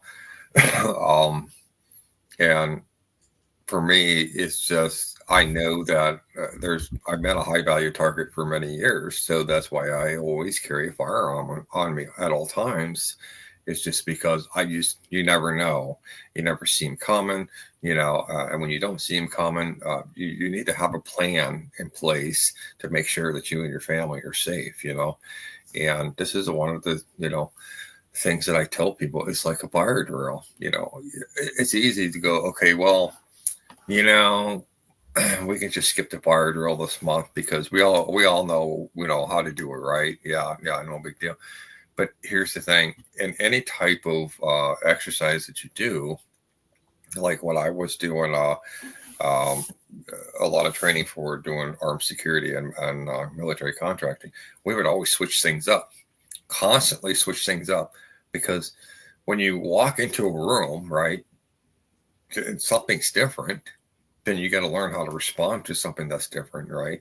So you're not just, you know, you walk into something and you freeze because they're like, oh, I didn't know about this, or I didn't expect this, right? And so the same thing with a home intruder. We do home intruder drills. We do them religiously. You know, we've done them religiously for years. And some of our friends, our really close friends that my wife and I went to school with, they thought we were nuts until they had a home intruder. Then guess who they called? They called me. So a lot of people think, well, this will never happen to me. Oh no, I live way out in the rural, you know, country. This will never happen to me. I've had one client who was a retired law enforcement sheriff, right? He was a retired sheriff. He's been sheriff for 32 years in Ohio, and he just he'd been retired for I think 10 or 15 years, and a bunch of thugs came through his door. Knocked his wife out cold, beat him up pretty good. And then they started taking some stuff, right? But they mostly just demolished his house. And it turns out what had happened was crime was rising in his neighborhood, right? And he had a lot of like little law enforcement memorabilia on the outside of his house. That's how he ended up targeting himself, right? We can't have nice things anymore. We can't put nice things out anymore because the truth is the way the world is just ugly. Until we can get this heart problem fixed in this world, we're always constantly putting ourselves at risk by just putting nice stuff on the outside of our home. That's right. Welcome here today, David. I'm glad you were able to join us today. Thank you. I saw Jeannie in the background. Hey, Jeannie. Yeah. Hi.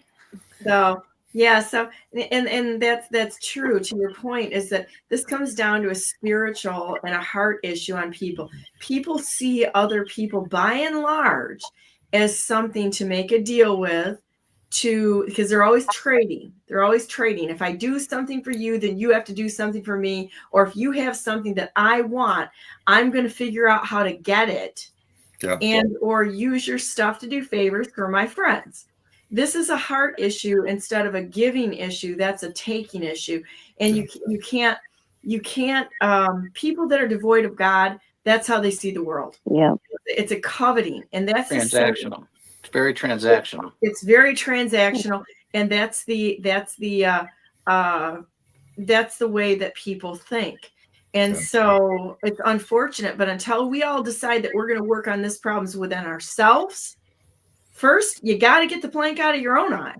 You know, are we looking at people as something to use? I have a perfect example of this, and this is going to make everybody sad, but it is just is the way it is. Somebody that is in my family that has a true heart problem, and I know this person very, very well. Friend of ours had their dad died, and this person, and I said, yeah, I'm going to go to the funeral. And this person goes, oh, yeah. This is the exact response that was there. Oh, yeah. I should go because I might need them for something someday. And I was like, No, Oh, and hell no. You don't go to a funeral because you might need them someday. And it was stated exactly, well, not exactly, I paraphrase it, I guess, but it was stated like that. I'm going to do this. I'm going to go to a funeral because I might need them someday. Where is this? I'm going to do things because it's the right thing to do because I am here as a steward of this world for God Almighty. End of story. That's it. Period. Yep. no. A lot Yeah, of people but are like that. that's the thing, is that we spend more time using people and loving the objects that we have around us. We have gotten those two conflated and flipped over. We need to get back to loving people and just using the materials that we use to try to enrich in our lives, enrich in our neighbors. It's the denial of God. It's the same thing when people say, "Oh, it's all about frequency, frequency, frequency." It's like, well, yeah, there is some truth to that. It's just like there's air and there's water and there's all this other sort of thing. But a frequency is still a creation. It's a creation. Do you know God? Do you know him as a person? Do you walk with God? He has all sorts of cool things that he's made. But if you don't go to the source and get that figured out, you're still in a godless, devoid situation, and you're worshiping creation instead of the creator. Yeah. And and I've seen that go in that direction more and more recently, and it's really disturbing to me. Oh, frequency. We got to get to know the frequency, blah, blah, blah, blah. How about you just talk to him and get to know the creator who created frequency, who created you and me and everything. It's a lack of focus, core base level of failure of analysis. Yeah. It's like our society has been set up to be that way. Everything's very transactional. And until we change, I think it boils down to our financial system. It's like people need to survive or get greedy, whatever the way our system is, and everything has to be a transaction, almost just to survive. You need money to eat, feed your family, and so you're there in the back of your mind. You're always thinking, how can I get more and more and more? And it's a problem. We're always in. Yeah, let's flip this around. If your faith is in God to provide for you in any and all situations, then you don't worry about survival because it's based on him. Yeah. And so they've used that to skew things to justify. It's like, well, I need this job, I need this, that, and the other thing. Well, David, you're a perfect example of following God and trusting God. And, you really are a perfect example of trusting God and living your life, and God still provides. Yeah. And it's a really beautiful thing. You and Jeannie are just adorable and wonderful people. I just love you to pieces. Thanks. We're always in some state of a Sodom and Gomorrah on the way, and if you think of the world in that form, I mean, Shawn was talking, he's been talking about people threats, and I'm sitting here going, well, yeah, a few years ago, my husband heard a sound in the chicken coop, and he just wandered outside thinking it might be another opossum because we've had opossum issues. And no, it wasn't. It was a bear. And it was just outside when our coop, we've moved it away from the house since then, but the coop used to sit right next to the house within like 10 feet. So it was just outside our bedroom window, and he came running back in. And if you've ever seen that movie with John Candy, where John Candy came running into the house going, "Bear, big bear," that was literally my husband coming back in the house, waking me up, and all he could say was, "Bear, big bear." And he went back out armed, and then he said he scared it off. It was not a happy bear because it was first in the spring, and it wanted those chickens because it was hungry. And so about this time of year, I start thinking April, May is when the bears start to wake up, and they're going to be looking for food, and we have food. So, you know, being out in the rural means you have to consider that in Michigan we have bears, and in fact we have cougars too up north. And there was some cubs spotted this year. But anyway, They're so cute. You just never know where a threat could come from. And then, you know, in his case, as I demonstrated, he knew what to do, but it was so unexpected that the adrenaline was kind of kicking in, and that's where that pre-planning helps. And I've been in a panic scenario where, in my case, the panic that I remember was yellow jackets in the front yard. The dog's disturbed, and I got them in when I finally realized what was happening. But then I'm swatting them with a towel to get the nasties off of them. I'm swatting myself. I'm isolated in the bathroom at first because I'm trying to limit the extension of these insects in the house. And I had been there before, but the first time it happened with my niece and nephew when they were little, I didn't panic. But in the case where it was my children, in a sense, it was my dogs, and it was me. I had it in my hair. I had it landing on my clothes. The dogs were in it. Why are you hitting me? Ow, I'm being stung.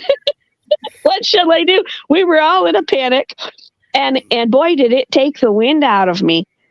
I called my husband because I'm like, I don't know I don't even remember if we had Benadryl at the time. And I did not know if that many stings, how it was going to affect me. I didn't know how badly the dogs were stung. And as soon as I opened that bathroom door, they wanted to get far away from me. But I wanted to keep track of them so that I knew that they were okay or that they needed more medical attention. And yet I needed medical attention because of my panic. So that's the memory I have of, okay, that's how bad it can get. So you're armed, you think you got this, and something unexpected happens and you lose your mind. That's not a place that you want to be, and that's why we train. That's why we train with firearms. That's why we train with all kinds of first aid scenarios, as we've talked about with Dr. David many times, that you gotta, the more you plan, like Shawn's talking about, for a variety of circumstances, the more of an even keel you can be in your mind, and you can adapt and overcome a lot easier when you're trained to stay calm and collected and react to the circumstances of the moment without that panic. Yeah. And, you know, and in the military world, you know, we always say those who are unprepared oftentimes will not see the light of the day. And what's so true about that is that, you know, in the civilian world here, you know, doing armed security, when we do training, so we have a regular type of training that we do. And then for years, I used to take my guys that were under me, and we would go to do some more additional training. And with the company that I worked for at the time would reward us with a bump in pay if we brought the certificates back, right? And I would take these guys, you know, we would go all over the country, you know, we do like twice a year.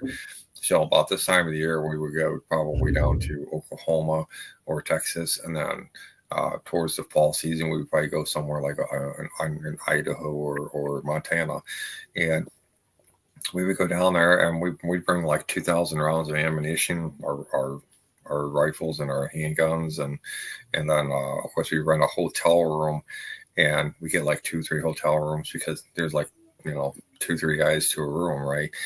And so we make this kind of like a, you know, think of it like a girls' pajama party kind of thing, you know, when they get together, but it's kind of like for guys, right? And so we go on this little adventure together, and kind of like a Stand By Me type of thing. And then we get up next morning, we go to the diner, which is like right there, and then we get something to eat, and then we go over to the training center, and then we have the instructors that would teach us, you know, this is what you do in this type of scenario. We're gonna mix it up. I mean, and depending on where you go, we had one down in Texas. They had so many different scenarios, right? And we would take they had like a dummy firearm, and the idea is that you're gonna walk into a situation, and the whole idea is that you're going to use your brain. Your brain is your greatest weapon. Okay. Whether it's for assaulting or whether it's for defense, right? But you can do a bit of both. And most people are stuck on, defense only, right? The law-abiding people are always stuck on defense, play defense all the time. But when you've got a really good defense, you play a better offense, see? And so I remember I walked into this like warehouse building. And then the guy instructor says, okay, you're going to walk over to this big bay door. You're going to see a car out there. And down the end of the end of the bay, which is they're going outside, you'll see a van there. And there's going to be a woman in that car, and you're going to pretend that she's your wife. Okay. And you're going to walk into a situation, and you need to make the best use of it as possible. And I said, okay. So I get out there, and I see these two guys standing next to the car, and they're yelling and screaming at her, And so I got my gun out, and I went behind the car, and I was kind of, halfway semi-standing, and I would yell at the guys to get their attention, and then I yelled at the wife, said, drive off. And so she hurried up, and she drove off, and now these two guys are completely exposed. And I would tell them to get down on the ground, or or going to shoot them, because they knew they were exposed. They didn't know where to run. They got down to the ground. I was able to kind of take control of that scene. And that's the kind of training that we get, right? And this is for civilians. The civilians can use this as well. You can go to these places and get this kind of training. This is one thing that's really massively important. I think every American should have, and the reason being is because this works very well with home security. So if you got eyes on the outside of your house, inside of your house, you know what your threat is, what kind of weapon they're using, or not having a weapon, or maybe it's just that neighbor who has some mental health issues, and he's just looking for somebody to talk to, just wanders into your house. You don't want to mistake that person for being somebody that's not, right? So that's why it really comes down to it is, how often do you train your kids? When we get into this kind of like a mode of, okay, we got to go into this defense mode, your children oftentimes will freak out. Why? Because there's a lot of noise going on, right? And so what we did with our kids is we would put them and give them a job. So my oldest daughter's job was she calls 911. My son's job is to monitor the camera and call out what he sees in the camera to my oldest daughter. My youngest daughter, her job was to grab that bunny rabbit, her favorite bunny rabbit, and take it over to the corner and protect it, right? So we give them something to do as part of the drill, and they feel more and more comfortable when doing these things. So, Shawn, can I ask you a few questions? Sure. Just pick your brain, just like short answers. But what kind of gun do you recommend for home invasion protection? There's two kinds. I know a lot of people are gonna probably get mad at me about this, but believe it or not, a handgun is a really good choice for for short range, right? But when you're dealing oftentimes like with a home invasion, or even sometimes a burglary that's gone bad, a shotgun's going to be your best bet. I personally would use the burst shots. The reason being is because it's so much easier to repair the damage in your drywall. And the burst shot, you can't miss it. If somebody gets hit with a burst shot, it's going to be very, very painful. Or I actually do have shells of of rock salt. Okay. So, yeah, with rock salt, if you get hit with rock salt gets penetrated into your skin. It's going to burn. It's going to burn really bad. It's not going to kill you, but it's going to put you in a lot of pain. But it's enough to stop somebody.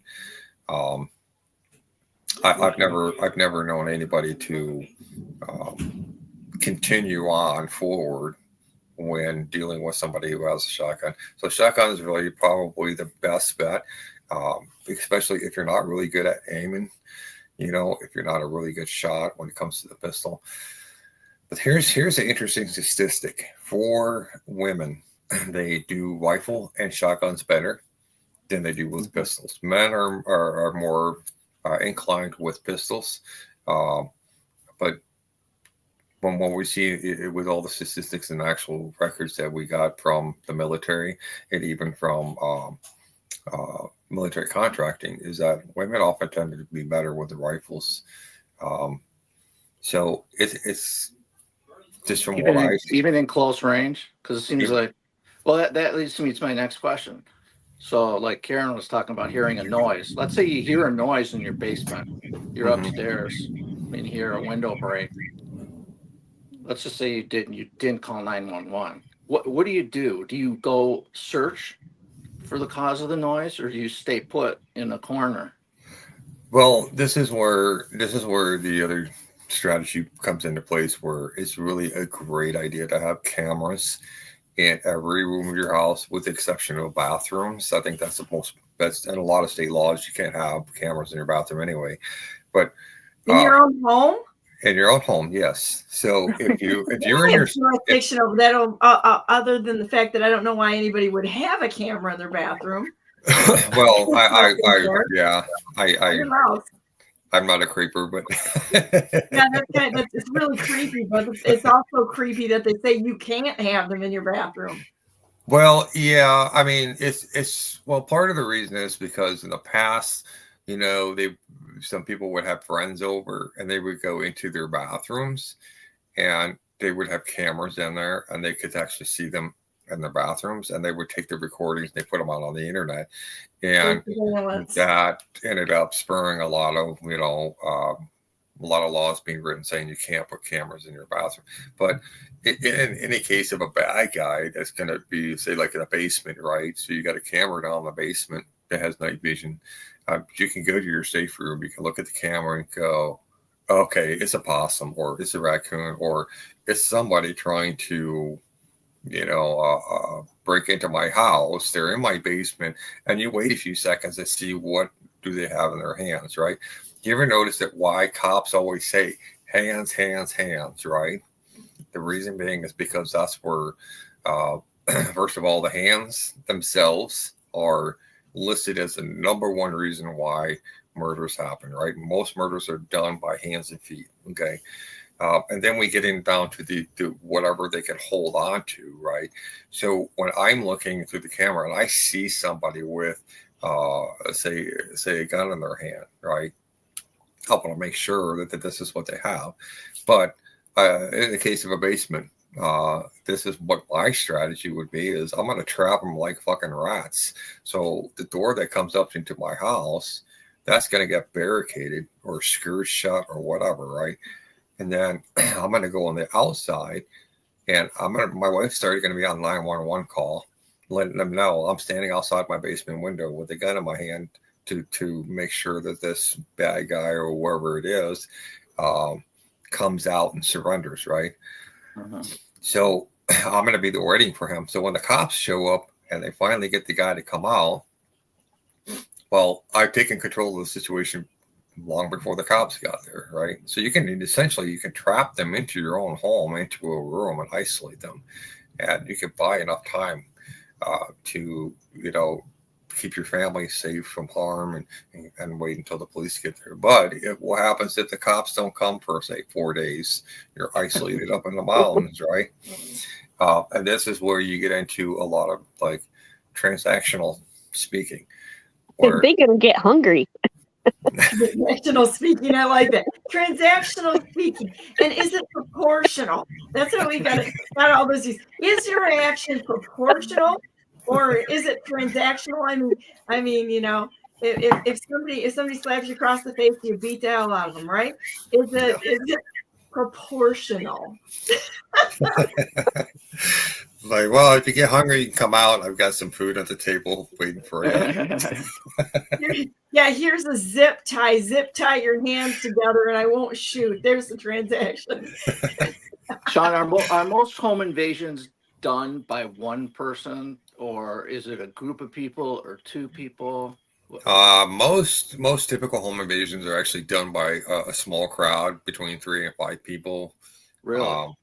So a shotgun always comes in handy, especially if you're what we call the high value target, HVT.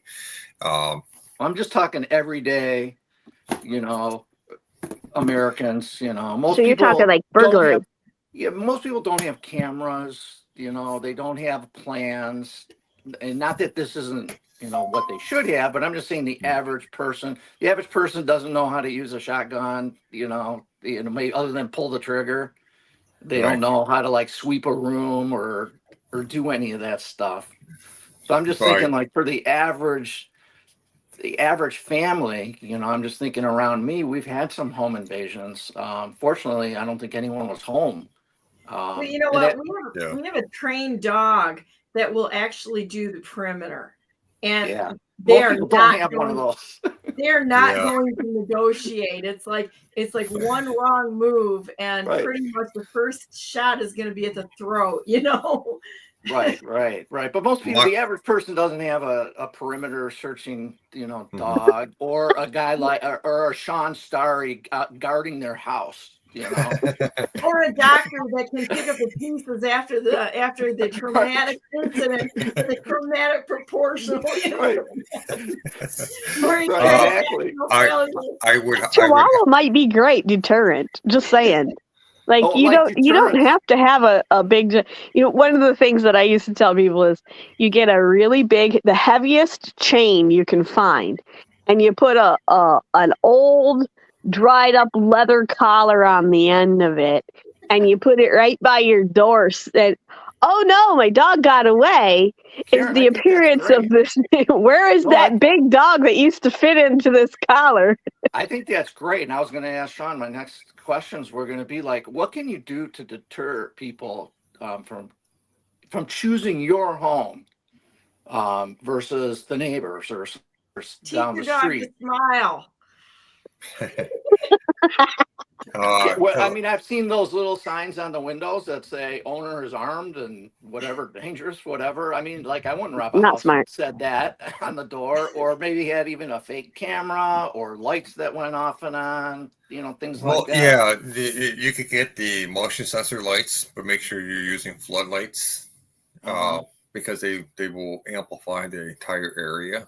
So burglars, okay, so here's the difference we need to understand the difference between burglars and home invaders. So burglars, they don't want to be seen and they don't want to be heard. Home invaders don't care if they're seen or heard. Their only intent and goal is to get into your house and kill you.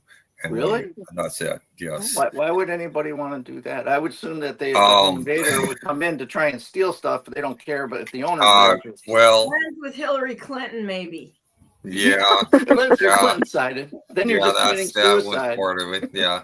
But no, I mean, it could be for various different reasons. You know, there's a lot of good people out there that, you know, maybe say they work in a bank or something, right?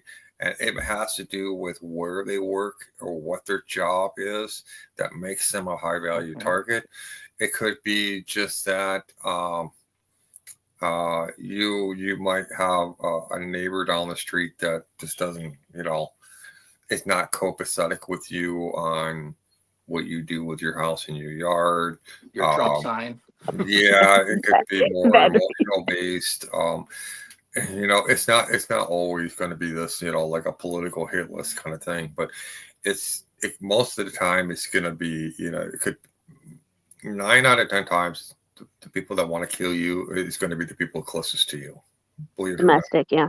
So it could be an extended family member. Let's say you won a lottery and your extended family members found out you won the lottery and they want money from you and you say no. Yeah. You know But what I'm I'm saying? thinking more just average, everyday, Americans. Yeah. So deterrence is, you can have motion lights. You can have security. I have security cameras. You can get the Wi-Fi cameras that have the two-way audio, and you can set them up so they have a siren sound. So when they approach the door, siren goes off. If it's somebody, let's say it's like a door-to-door salesman, right? He's truly, this is his job, right? So he comes up to my house and the sirens go off, right? He's just kind of standing there looking dumb, looking around like, okay, what did I just trip, right? He's not running away because that shows me his intention is he's not there to steal or rob or anything like that. But then, it goes right into that automatic mode, recording mode or whatever. And he'll say, hey, my name is so-and-so. I'm with this company and I'm selling vacuums, when can be a good time for me to come back, or another great way to, it's just like Karen was saying, I believe it or not, I used to have a porch on my old house, and I had a pair of old boots, and I had a three big bowls there, and I had this note, this like crafted note, and saying, hey, Hope, make sure you go to the store, get some more dog food. The dog's been without food for 3 days, and That's great. I love that. Yeah, and I mean, just a pair of work boots says there's a tough guy probably living there. And I was also thinking, like, if you drive a Saab, you probably shouldn't park that in the driveway. But if you drive a pickup truck, park it in the driveway, maybe even sideways, get some mud on it. They're not going to rob that house probably versus. Put a bumper sticker on your truck that says the shoot, shut up, and shovel capital of the world right here. But Dr. David hasn't seen yesterday's show. You need to go back and watch yesterday's show. No, I didn't see it. Well, and another thing you can do too is it's like, let's say you and your wife are going to go on a date tonight, right? And you want to make sure that nobody breaks into your home. Okay, so here's a few things you can do. Make sure your blinds are completely closed. You got your drapes going, right? So turn on the lights and maybe turn on the TV, right? And then just turn up the volume a little bit. Make sure ahead of time, if you go talk to your neighbor and say, hey, we're going to be leaving at 6 o'clock. We're going on a date. We'll be back about say 8:30, right? Or I'll text you when we're on our way back. And you ask your neighbor to park their car in your driveway. Oh, yeah. So when the bad guys are actually screening, and they're looking, oh, there's a car there, somebody's home. I see the lights. I see movement because of the lights, the TV. So think of it in terms like Home Alone. I was just gonna say. How he had those little puppets, and he's pulling on the strings, and he's got the Christmas music going and the lights going. It seems busy inside on it. So people have perception is, well, if your house looks busy, somebody's home. So Here's something that happened to us years ago, which I think is kind of a funny story, and it also kind of tells the level of insanity that Donna Brandenburg is willing to go to in a bad situation. So this guy comes up to the door selling magazines. No, it was a cleaner this time, selling cleaner. So don't loiter in my neighborhood because you're going to get the cops called on from whatever stupid scheme you have going on, right? So talking to my husband, and I'm sitting there like, what are you talking to this guy? And the guy's like, I could actually tell you that the guy was there for no good reason. And so I go out there and start talking to him. And he was a black guy, an African-American guy, a guy of color, which I talked about yesterday, as I'm sick of these stupid terms because now we've got somebody running the first black governor candidate in Michigan. I'm like, I don't care what color you are. Are you qualified for the job or not? Let's stop the racist bullshit. Okay. So he starts telling me black jokes, thinking that this is funny. And I'm like, first of all, it's not funny. And we've been beat up on this for long. So don't try to bro me with your, this sort of thing, because it's a bunch of crap. And I was done with it right there. Right. And so I knew that this guy was there to case the houses in the neighborhood. He It was immediate. It's like, okay, I got your number, buddy. And I'm like, why don't you just wait a minute? I said, I'll buy some product for you. I said, just a minute. So I go back and I get, just a distraction. Let's put it that way. I get a distraction. I come back to the door with my distraction. And your shotgun. walk right out there and I go, boom, right in his face with my camera. And he and his girlfriend are sitting. I took a picture and I walk right past him. Boom, his license plate. Boom, his girlfriend. And I go like this. And I said, just went to the detective. And he's sitting there looking at that. He goes, you want to see my driver's license? You want to see what's under the seat? I said, no. I said, hey, if you got nothing to worry about, you're in the right and there's no problems. And I'm like, if you got something to worry about or you're hiding, I suggest you leave and pretty much never come back. No, I got to tell you, his story was just leave your garage open and I'll bring product back later. And I'm like, you know what? You got nothing to worry about? Then you're great. I said, if you do, I suggest you put the pedal on the floor and move along nicely and quietly because they right now have your picture and your identifiers. Yeah, it's sad that our country has become like that. He takes off. And of course, I actually did send it to somebody who is a cop. We got a whole bunch of cops and detectives in my neighborhood, which is just a beautiful thing. Come to our neighborhood and probably there's so many houses here that have surveillance on this place. It's fantastic, right? And they know how to use the threat that will bring proportional reaction to the situation, right? And so they ran his plates, and his plates were like 5 years out of date. Never saw him again. Never saw the scam again. So these scammers are all related. What they do is they'll drop 2 people here, 2 people here, 2 people here. And sometimes they'll come. This was a one-off. But I will literally shove a camera right in their face, take a picture, and text it. And I posted immediately. And it's like, all right, are you willing to risk this or are you just going to go somewhere else? I posted yesterday that somewhere on Facebook, it was a law enforcement agency, sheriff department or something that posted about it. In Michigan, that kind of approach has increased recently in certain areas. They're saying, well, I'm going to give you some free soap. And my sister-in-law reported that she actually had this happen. It was dish soap that they were, well, I just have this. And I'll give it to you. Well, the story goes that they convinced people to open up their door to receive the free gift, and then they push past them into the home. So there's your home invasion, which is targeted. And in her case, it was 1 man at the door, but 2 more in a vehicle, in a van. So it's that awareness of, okay, don't open your door. Do not open your door at all. You can yell at them through the door. Tell them to go away. If you did not ask them to come, inform them that they are trespassing, inform them they're being recorded, and inform them that there will be consequences if they don't leave. That's all you got to do. And then get a picture of them through their door. Get a picture of them through their door. Yeah. If you even think you're going to open up the door, get a picture of them and make sure they say click, smile for the camera. They said that, and that's why security cameras are vitally important because, like my house, I have closed circuit television cameras. They're not hooked up to the internet, which means it can't be hacked, right? And it's all raw footage. So when the cops do come to my house, they want to get that footage. They give me a little USB card. I just plug into the back of it. I what camera, picture, or the video itself, and I just put it down onto their SD card or their flash drive, and then I just give it to them, and they take it and they go do what they need to do. But I've had a Wi-Fi camera that is it's not a Wi-Fi, but it's a cellular camera. And those are really great. I actually had one that was mounted in my tree because the angle from the tree down to my back door there, or I should say it's a side door.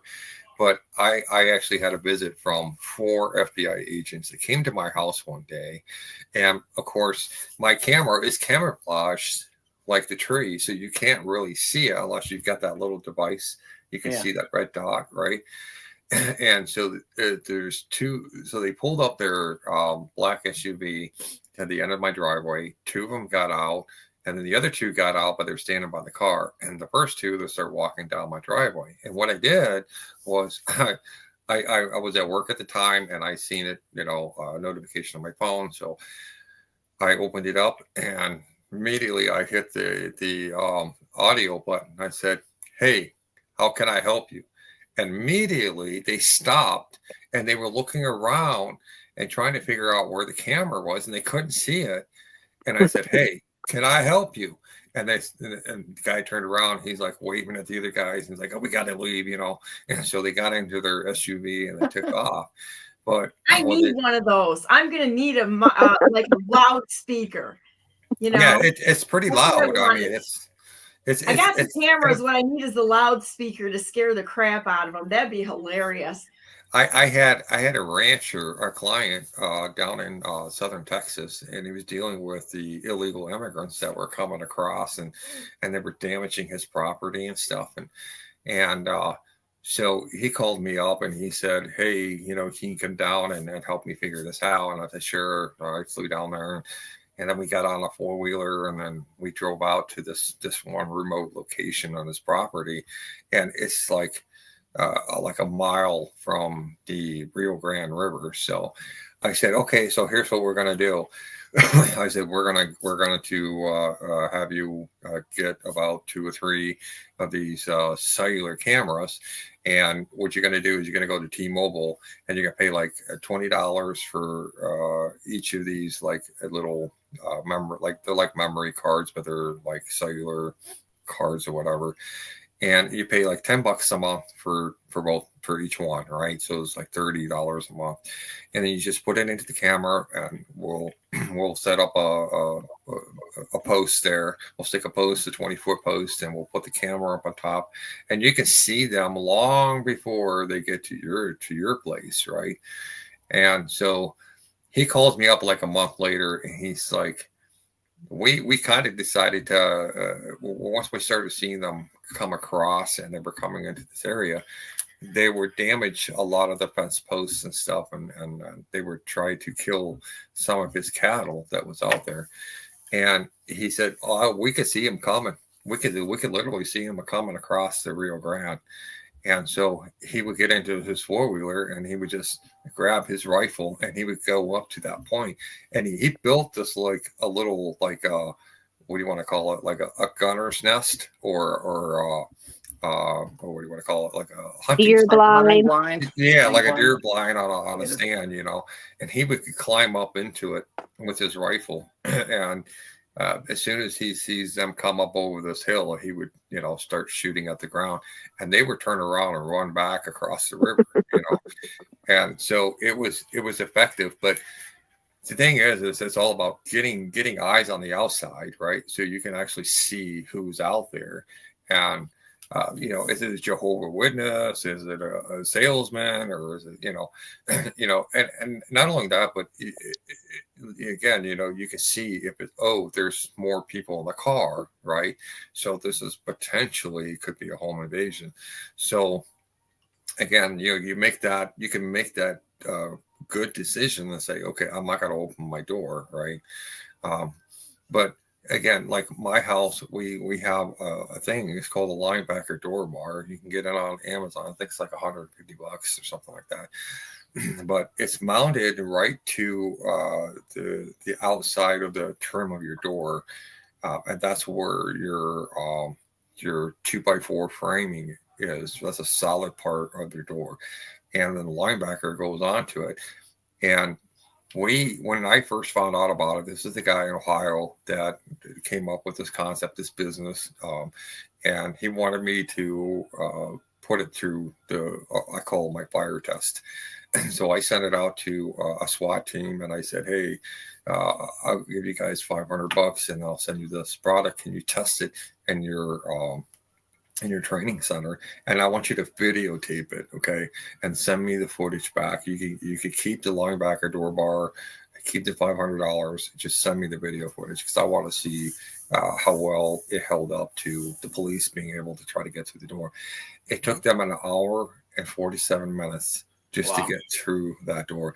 And it got to the point where they couldn't use a battering ram. It wouldn't work.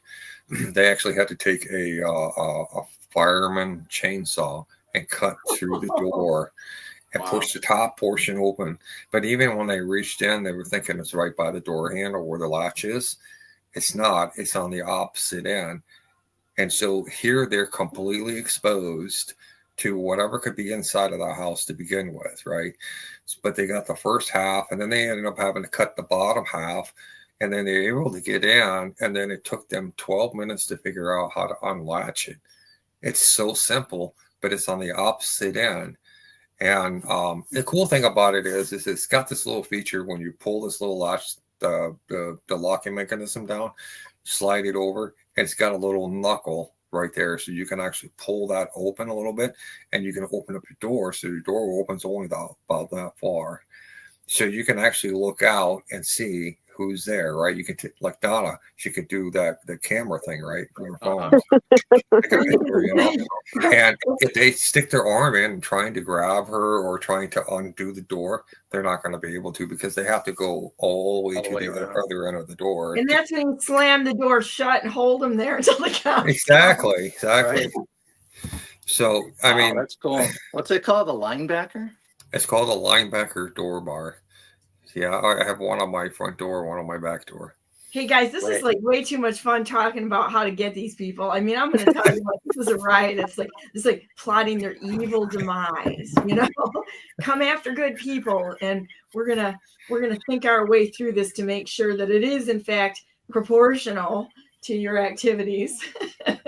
You know, I got a really good story for you guys. I want to share this with you. So back in 2022, I think it was, when we had the riots in Chicago. And anyway, afterwards, I was coming back home, and I was actually following a group of Antifa people in a white van, you know, because this was all George Soros paid type protesting, right? And I was following them out of Chicago, and I called the mayor. I'm like, hey, you know, you got these professional protesters coming to Freeport, and they're gonna, you know, do a lot of damage, right? And of course, you know, so she notifies the chief of police. What does the chief of police do? He notifies the FBI to find out if they hear anything, and they're like, "Oh no, there's nothing." Right? Of course, yeah, of course. So she called me back, and I said, "Well, listen, I'm going to send you a picture." And so I took a picture with my phone. I was following right behind them. I got their license plate and the vehicle. I sent it to her. The chief of police took this, and he ran it and realized this was a rental vehicle, and it matches the descriptions of these, you know, paid professional riders, right? And so they went ahead and they got, you know, the sheriff's department and the police department's SWAT teams out there, and the riot teams or whatever, you know, dealing with these people. So I get into town. The first thing is I went home, and I grabbed my other phone, which has my audio that I have on there, right? So being somebody who's worked in military counterintelligence, one of the things that we understand is about audio deterrence, right? So I took this, and I have a friend that lives in a downtown in the corner there, and there was a bunch of people there that was like protesting, you know, and they had already smashed a couple of windows. So I said, do you still have that speaker system up on top of your building? Because that's where they play all the Christmas music, you know, kind of all in one chain. He's like, yeah. I said, can I get access to it? I want to see if I can drive these people out of here. He's like, oh, that's a great idea. So we went up there, and all I had to do was hook up the jack to it and take the splitter ends, and I just hooked it up to the speaker system, and I played this sound. And the sound is so terrifying that I kid you not, within less than 5 minutes, that a whole entire downtown was completely empty. What's the sound? Yeah. It's a mix of sound of babies crying. It sounds like ghosts. It sounds terrifying. Oh, I need that. I want to hear this. Yeah. I tell you what, I'll play it the next time we come on to the show. Cool. But it's really terrifying because what it comes down to it is this: young people, especially these these rioters or protesters or whatever, they're very superstitious. Okay, they have a very creative mind, and they're very superstitious. Now, this is something that the U.S. Army actually employed during the Vietnam War. Is they had these loudspeakers, and they were trying to get into this area. They were trying to push forward, and they couldn't because the Northern Vietnamese was so embedded and so entrenched that in order to get them out, the only option that they had at the time was tunnel rats, right? So you had to send the U.S. Army Rangers or Army infantry tunnel rats to go into these tunnels and to basically try to drive them out, right? And they found that it wasn't very effective. So what they had to figure out was, how do we drive them out, right? And then they started thinking about the Pied Piper, who would play the pipe and then get all the mice to follow him out of the city. So it's kind of like the reverse effect. And so they came up with a sound, and it was a very eerie sound. It sounded like a sound of a disembodied child who was speaking to his grandfather, who's still alive, saying, look at what they did to me. They did this, they did that, and I'm gone, and I'm a ghost, and blah blah blah blah. And it was so creepy that the Northern Vietnamese soldiers, they fled that area. Why? Number one, because the vast majority of them were all under the age of 25. So they had a very creative mind. They're very superstitious. And so they left the area without a single shot being fired.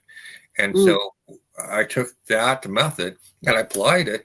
And lo and behold, this entire town was like, the whole downtown area was completely empty, except for the people that lived there.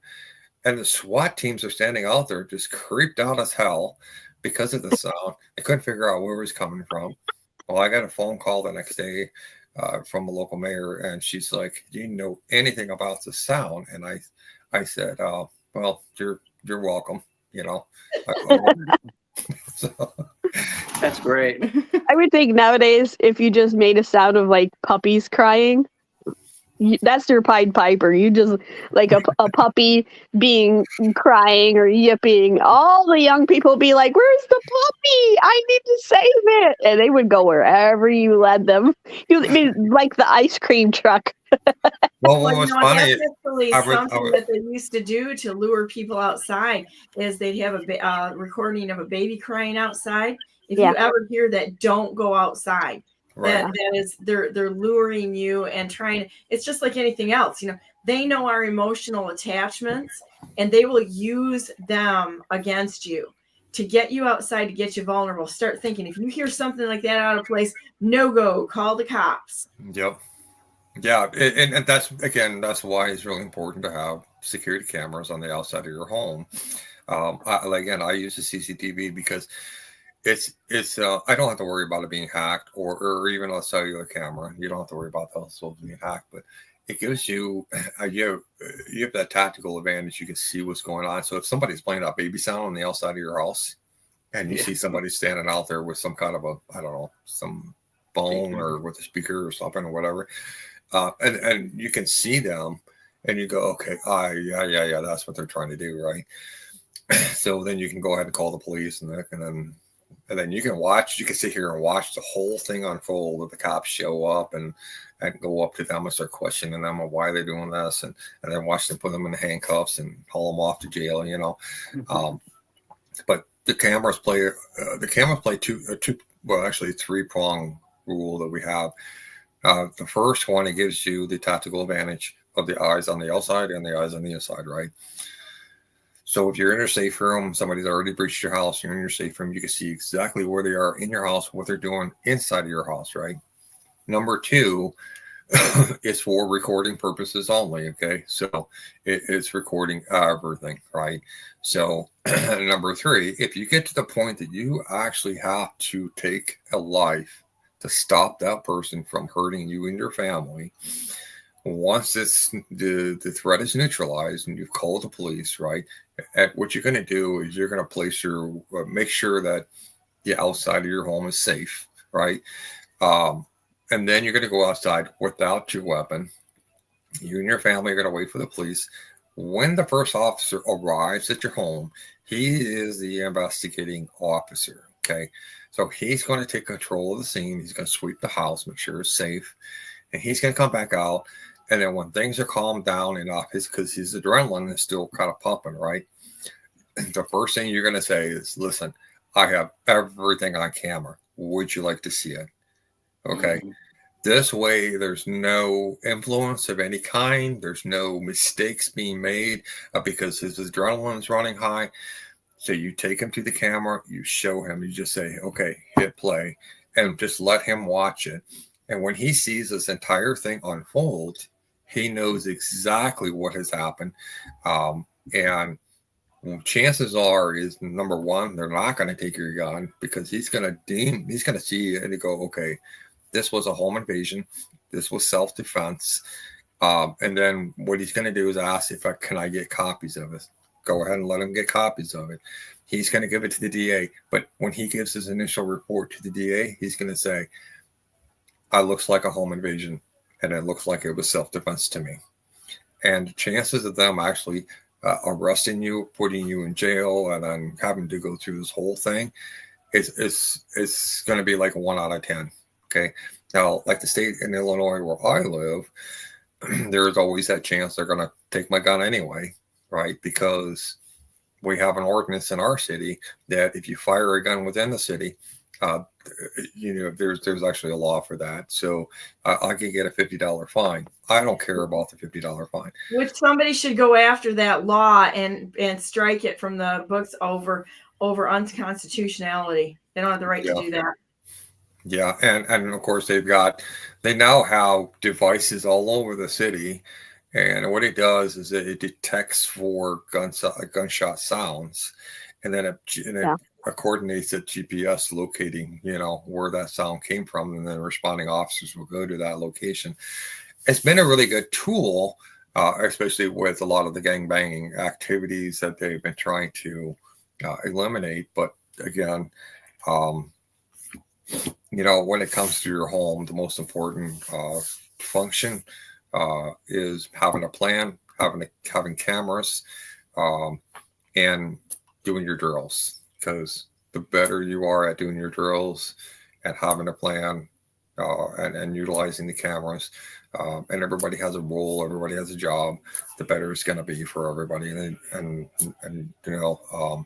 again, my general rule is this: I would rather be carried by 6 than judged by 12. Yeah. But in the case is this, I would rather also be judged by 12 rather than be carried by 6, right? So in a sense, the saying is, I'd rather have a plan, put a plan in action, have the tools necessary to do this. I don't need to spend thousands and thousands of dollars to do this. This is just a simple method they could use. This is one of the things is I've been on a lot of different talk shows. I've been on a lot of different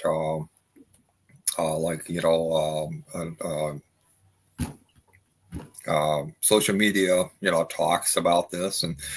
And so at one point I just said, you know what, I'm going to write a book and I'm going to instruct people and show people how to do this. So when people have the book, they can read it, study it, learn it, and apply it. Then they can become the security experts of their own home. And this. And this is actually this book here, The Ultimate Home Security. Yes, I have that one too, but I can't reach it when I'm on camera.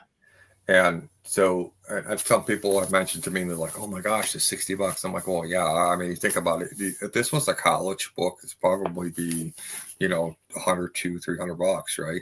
But this is, $60. You're getting college level education. And this is so simple. It's so easy to read, and you can apply it to your, to your everyday life. And then once you figure it out, you go, oh, it's like a bell goes off in your head. You go, oh, I know exactly what I'm looking for, because this book is giving me all the tools necessary.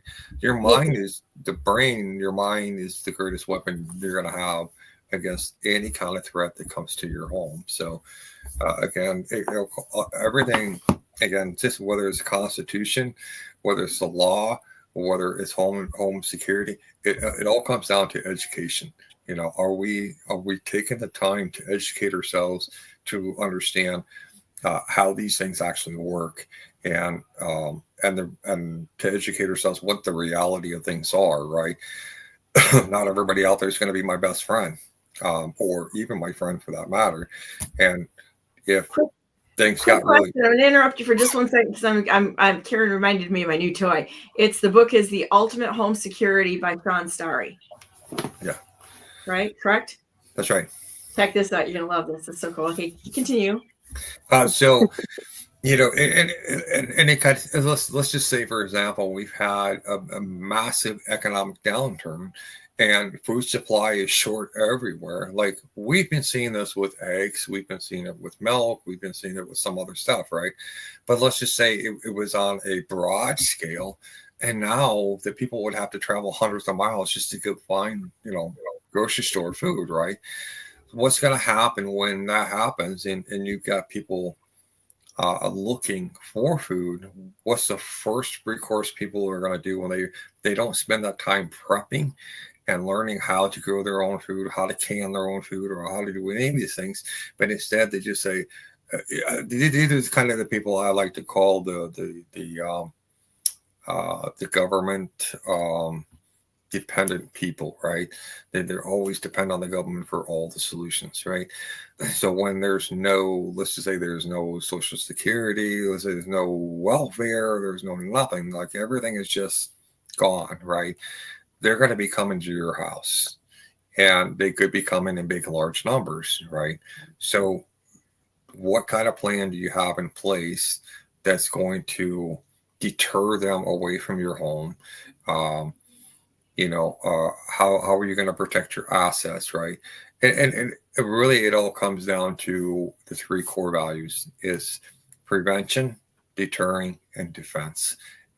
These are the three same core values that every police officer, law enforcement officer, every armed security enforcement officer, even bank protection officers, this is all the things that they employ. They have these strategies in place. They train for this. They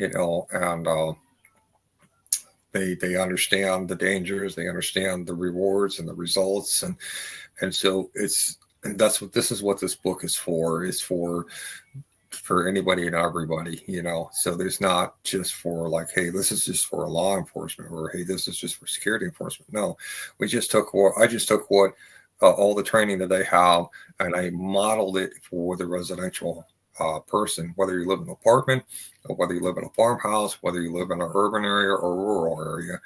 And this applies to everybody. So now there might be some things, you know, you might have to add. You know, maybe you have to add some more cameras, right? Or I don't know, maybe like that one guy where, you know, up on his like a story and a half up, there's like a set of staircases, and he's got that big window up there. And what he decided to do was he decided to put up a big Gatling gun up on that top of there by the window. You know, that was his idea for home defense. Okay, that's fine. You know, however you want to do it. I mean, that's the beauty of it, is you get to be the expert on your own home security. And then what you can do is go to your local neighborhood crime watch groups, right? The meetings they have once a month, and you can take that book with you and you go, hey, my name is, you know, Shawn Starry, and hey, I got this book, and this is what I've learned from this book, right? This is some of the steps that I've taken. This is what we've added to our home, or you know, we realized that maybe in my neighborhood, the crime rate is like, you know, as far as murders go, it's 0. Okay. But as far as property damage or property theft, it's like 1 in 5,400. Okay. So if you once you know the numbers, you can go, okay, well, I live in more of a safer neighborhood, right? Or let's say you're going to go buy a house, and this is a lot of things that people don't do, and realtors don't do this too. It's kind of a they used to do this, but they don't do this anymore. But what they would do is they would tell the potential buyer, okay, well, this neighborhood, here's a piece of paper with a sheet with all the information. This is the kind of crime that's in this neighborhood or not in this neighborhood or whatever, right? They don't do that anymore, and the reason being is because it cuts into their profit, right? So it's always a good idea to do your own due diligence. If you're going to go buy a house, you can go to Google. And on Google, you can type in the address and say, and then ask the crime statistics in this particular neighborhood at this address, right? And it'll give you a map. It'll actually show you a breakdown. Oh, like there's been rapes in this neighborhood, or there's other apps out there to show you, okay, this is where all the child predators are, right? What is the statistics for neighborhood break-ins, burglaries, home invasions, things like this. It'll give you all a bit of a breakdown. So you got to do your due diligence when you want to buy a house, to make sure that this is the kind of neighborhood you want to live in. But in any case, the minute before you start moving your stuff in, you should have your cameras already up. You should have your linebacker door bars on already. You should already have a copy of this book. And so once you get everything moved down, you get it situated, you learn a few little tricks. Like one, I broke my cardinal rule a while back. Like I was saying yesterday, I bought a new TV. What did I do with the box? I took the box outside, set it next to the garbage can. I came home from work the next day, and there was a plastic bag hanging on my door handle. So what I did, I knew I screwed up because I made myself a target. I put my house as a target with just having that box sitting there. So the scout was actually marking my house for the burglar to come and rob my house. Okay. And they use these little everyday things as a means to mark the houses, right? And so I called the police because I didn't know if there's going to be any fentanyl laced on that plastic bag or not. And there's been numerous reports of single women, especially being targeted, where they would take the plastic bags, they put a little bit of fentanyl on it, and they put the bag on the door handle. And then when the women would come up and grab it and just think it was just, maybe a plastic bag that blew through the neighborhood and ended up on the door handle, right? And they grab it. And as soon as they get the key out, unlock the door, start walking in, they pass out because of the fentanyl. And then the bad guys would rush in. They would either rape the woman or they rob her or they would do other things, right? And the woman would never know until she wakes up, or if she wakes up, she could very well die from an overdose. So that's why it's important to utilize the police department. If you see something like this, don't touch it. It's just better to be safe, better to be safe than sorry, is like I always say. But so what I did was I took that box, I cut it all up, I stuck it in my fireplace, I burned it. Anytime I buy something that comes in a box, I cut it up and I use it for my fireplace to start my wood and stuff. So I don't throw it on the curb. And it's kind of another thing too. A little tip for you guys. So you ever wonder why some of the more impoverished neighborhoods actually burn all their garbage? Chances are they're always doing drugs or doing some illegal activity, right?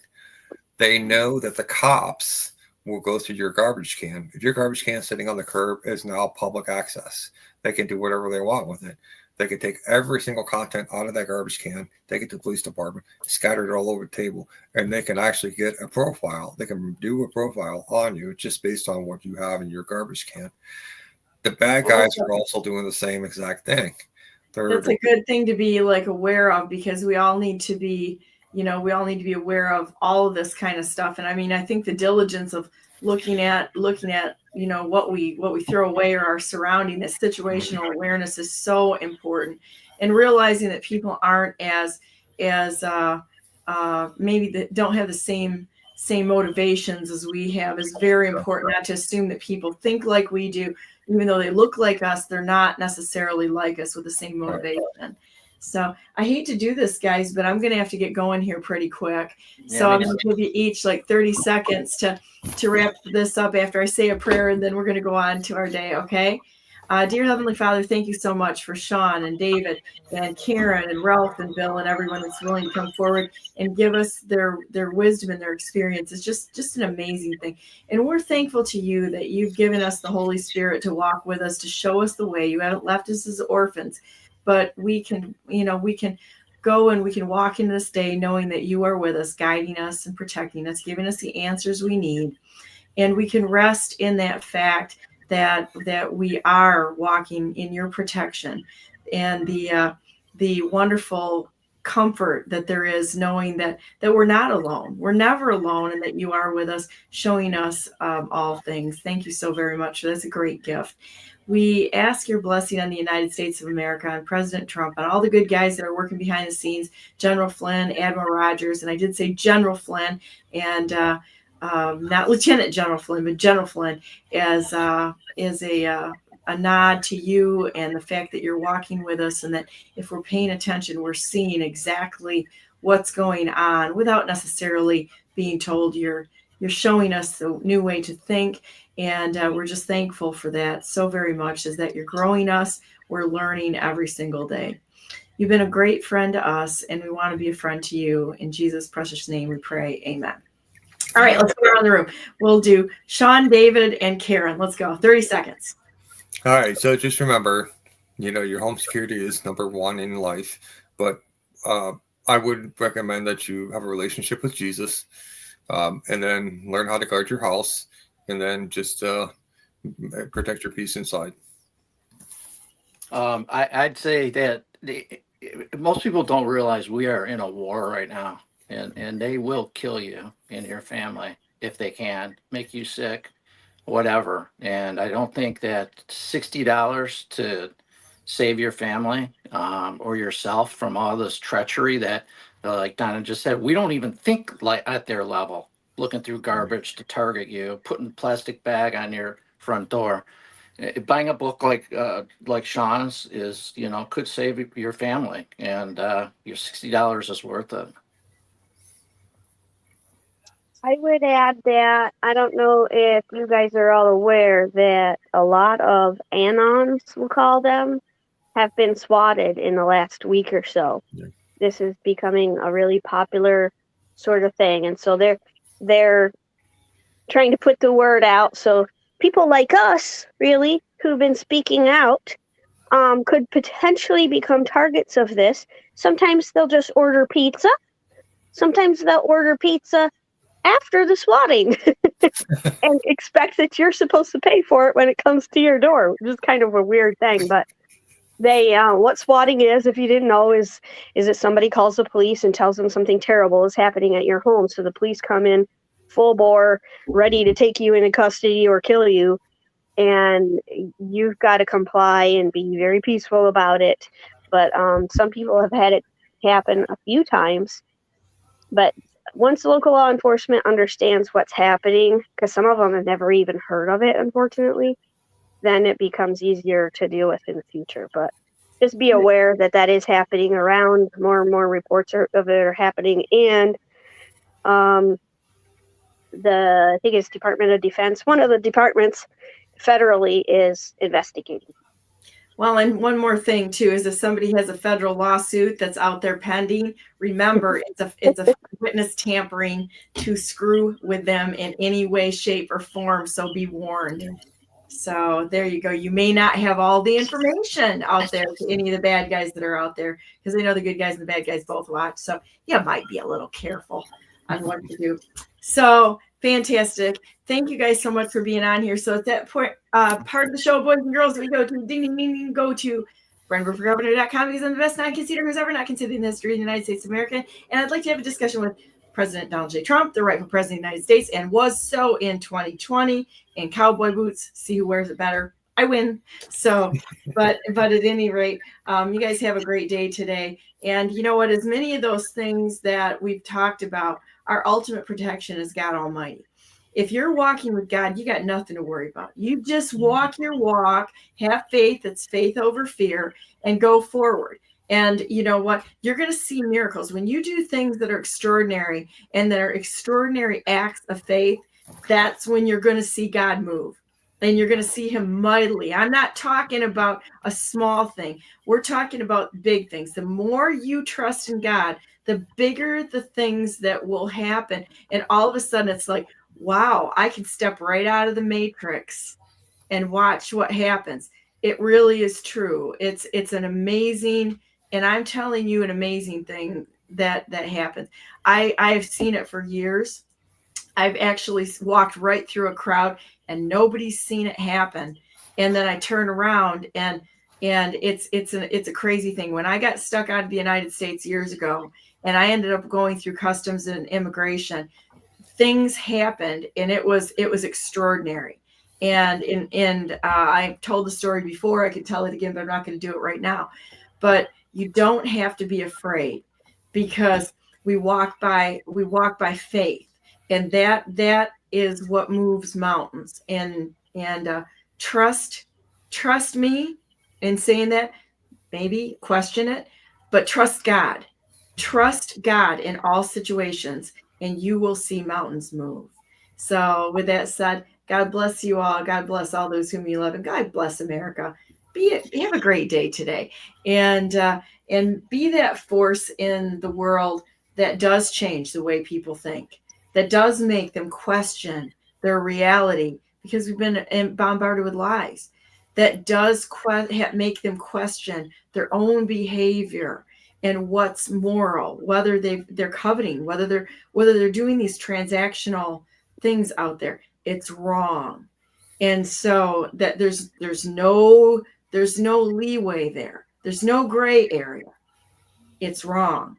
And we need to stick to our guns on this, and walk by faith. So have a great day. And I will not be on tomorrow or Friday or Monday. And so I'll be back Tuesday of next week. You guys have a great time, because I'm on recon, which is all kinds of fun. So we'll see you guys later. Have a great day.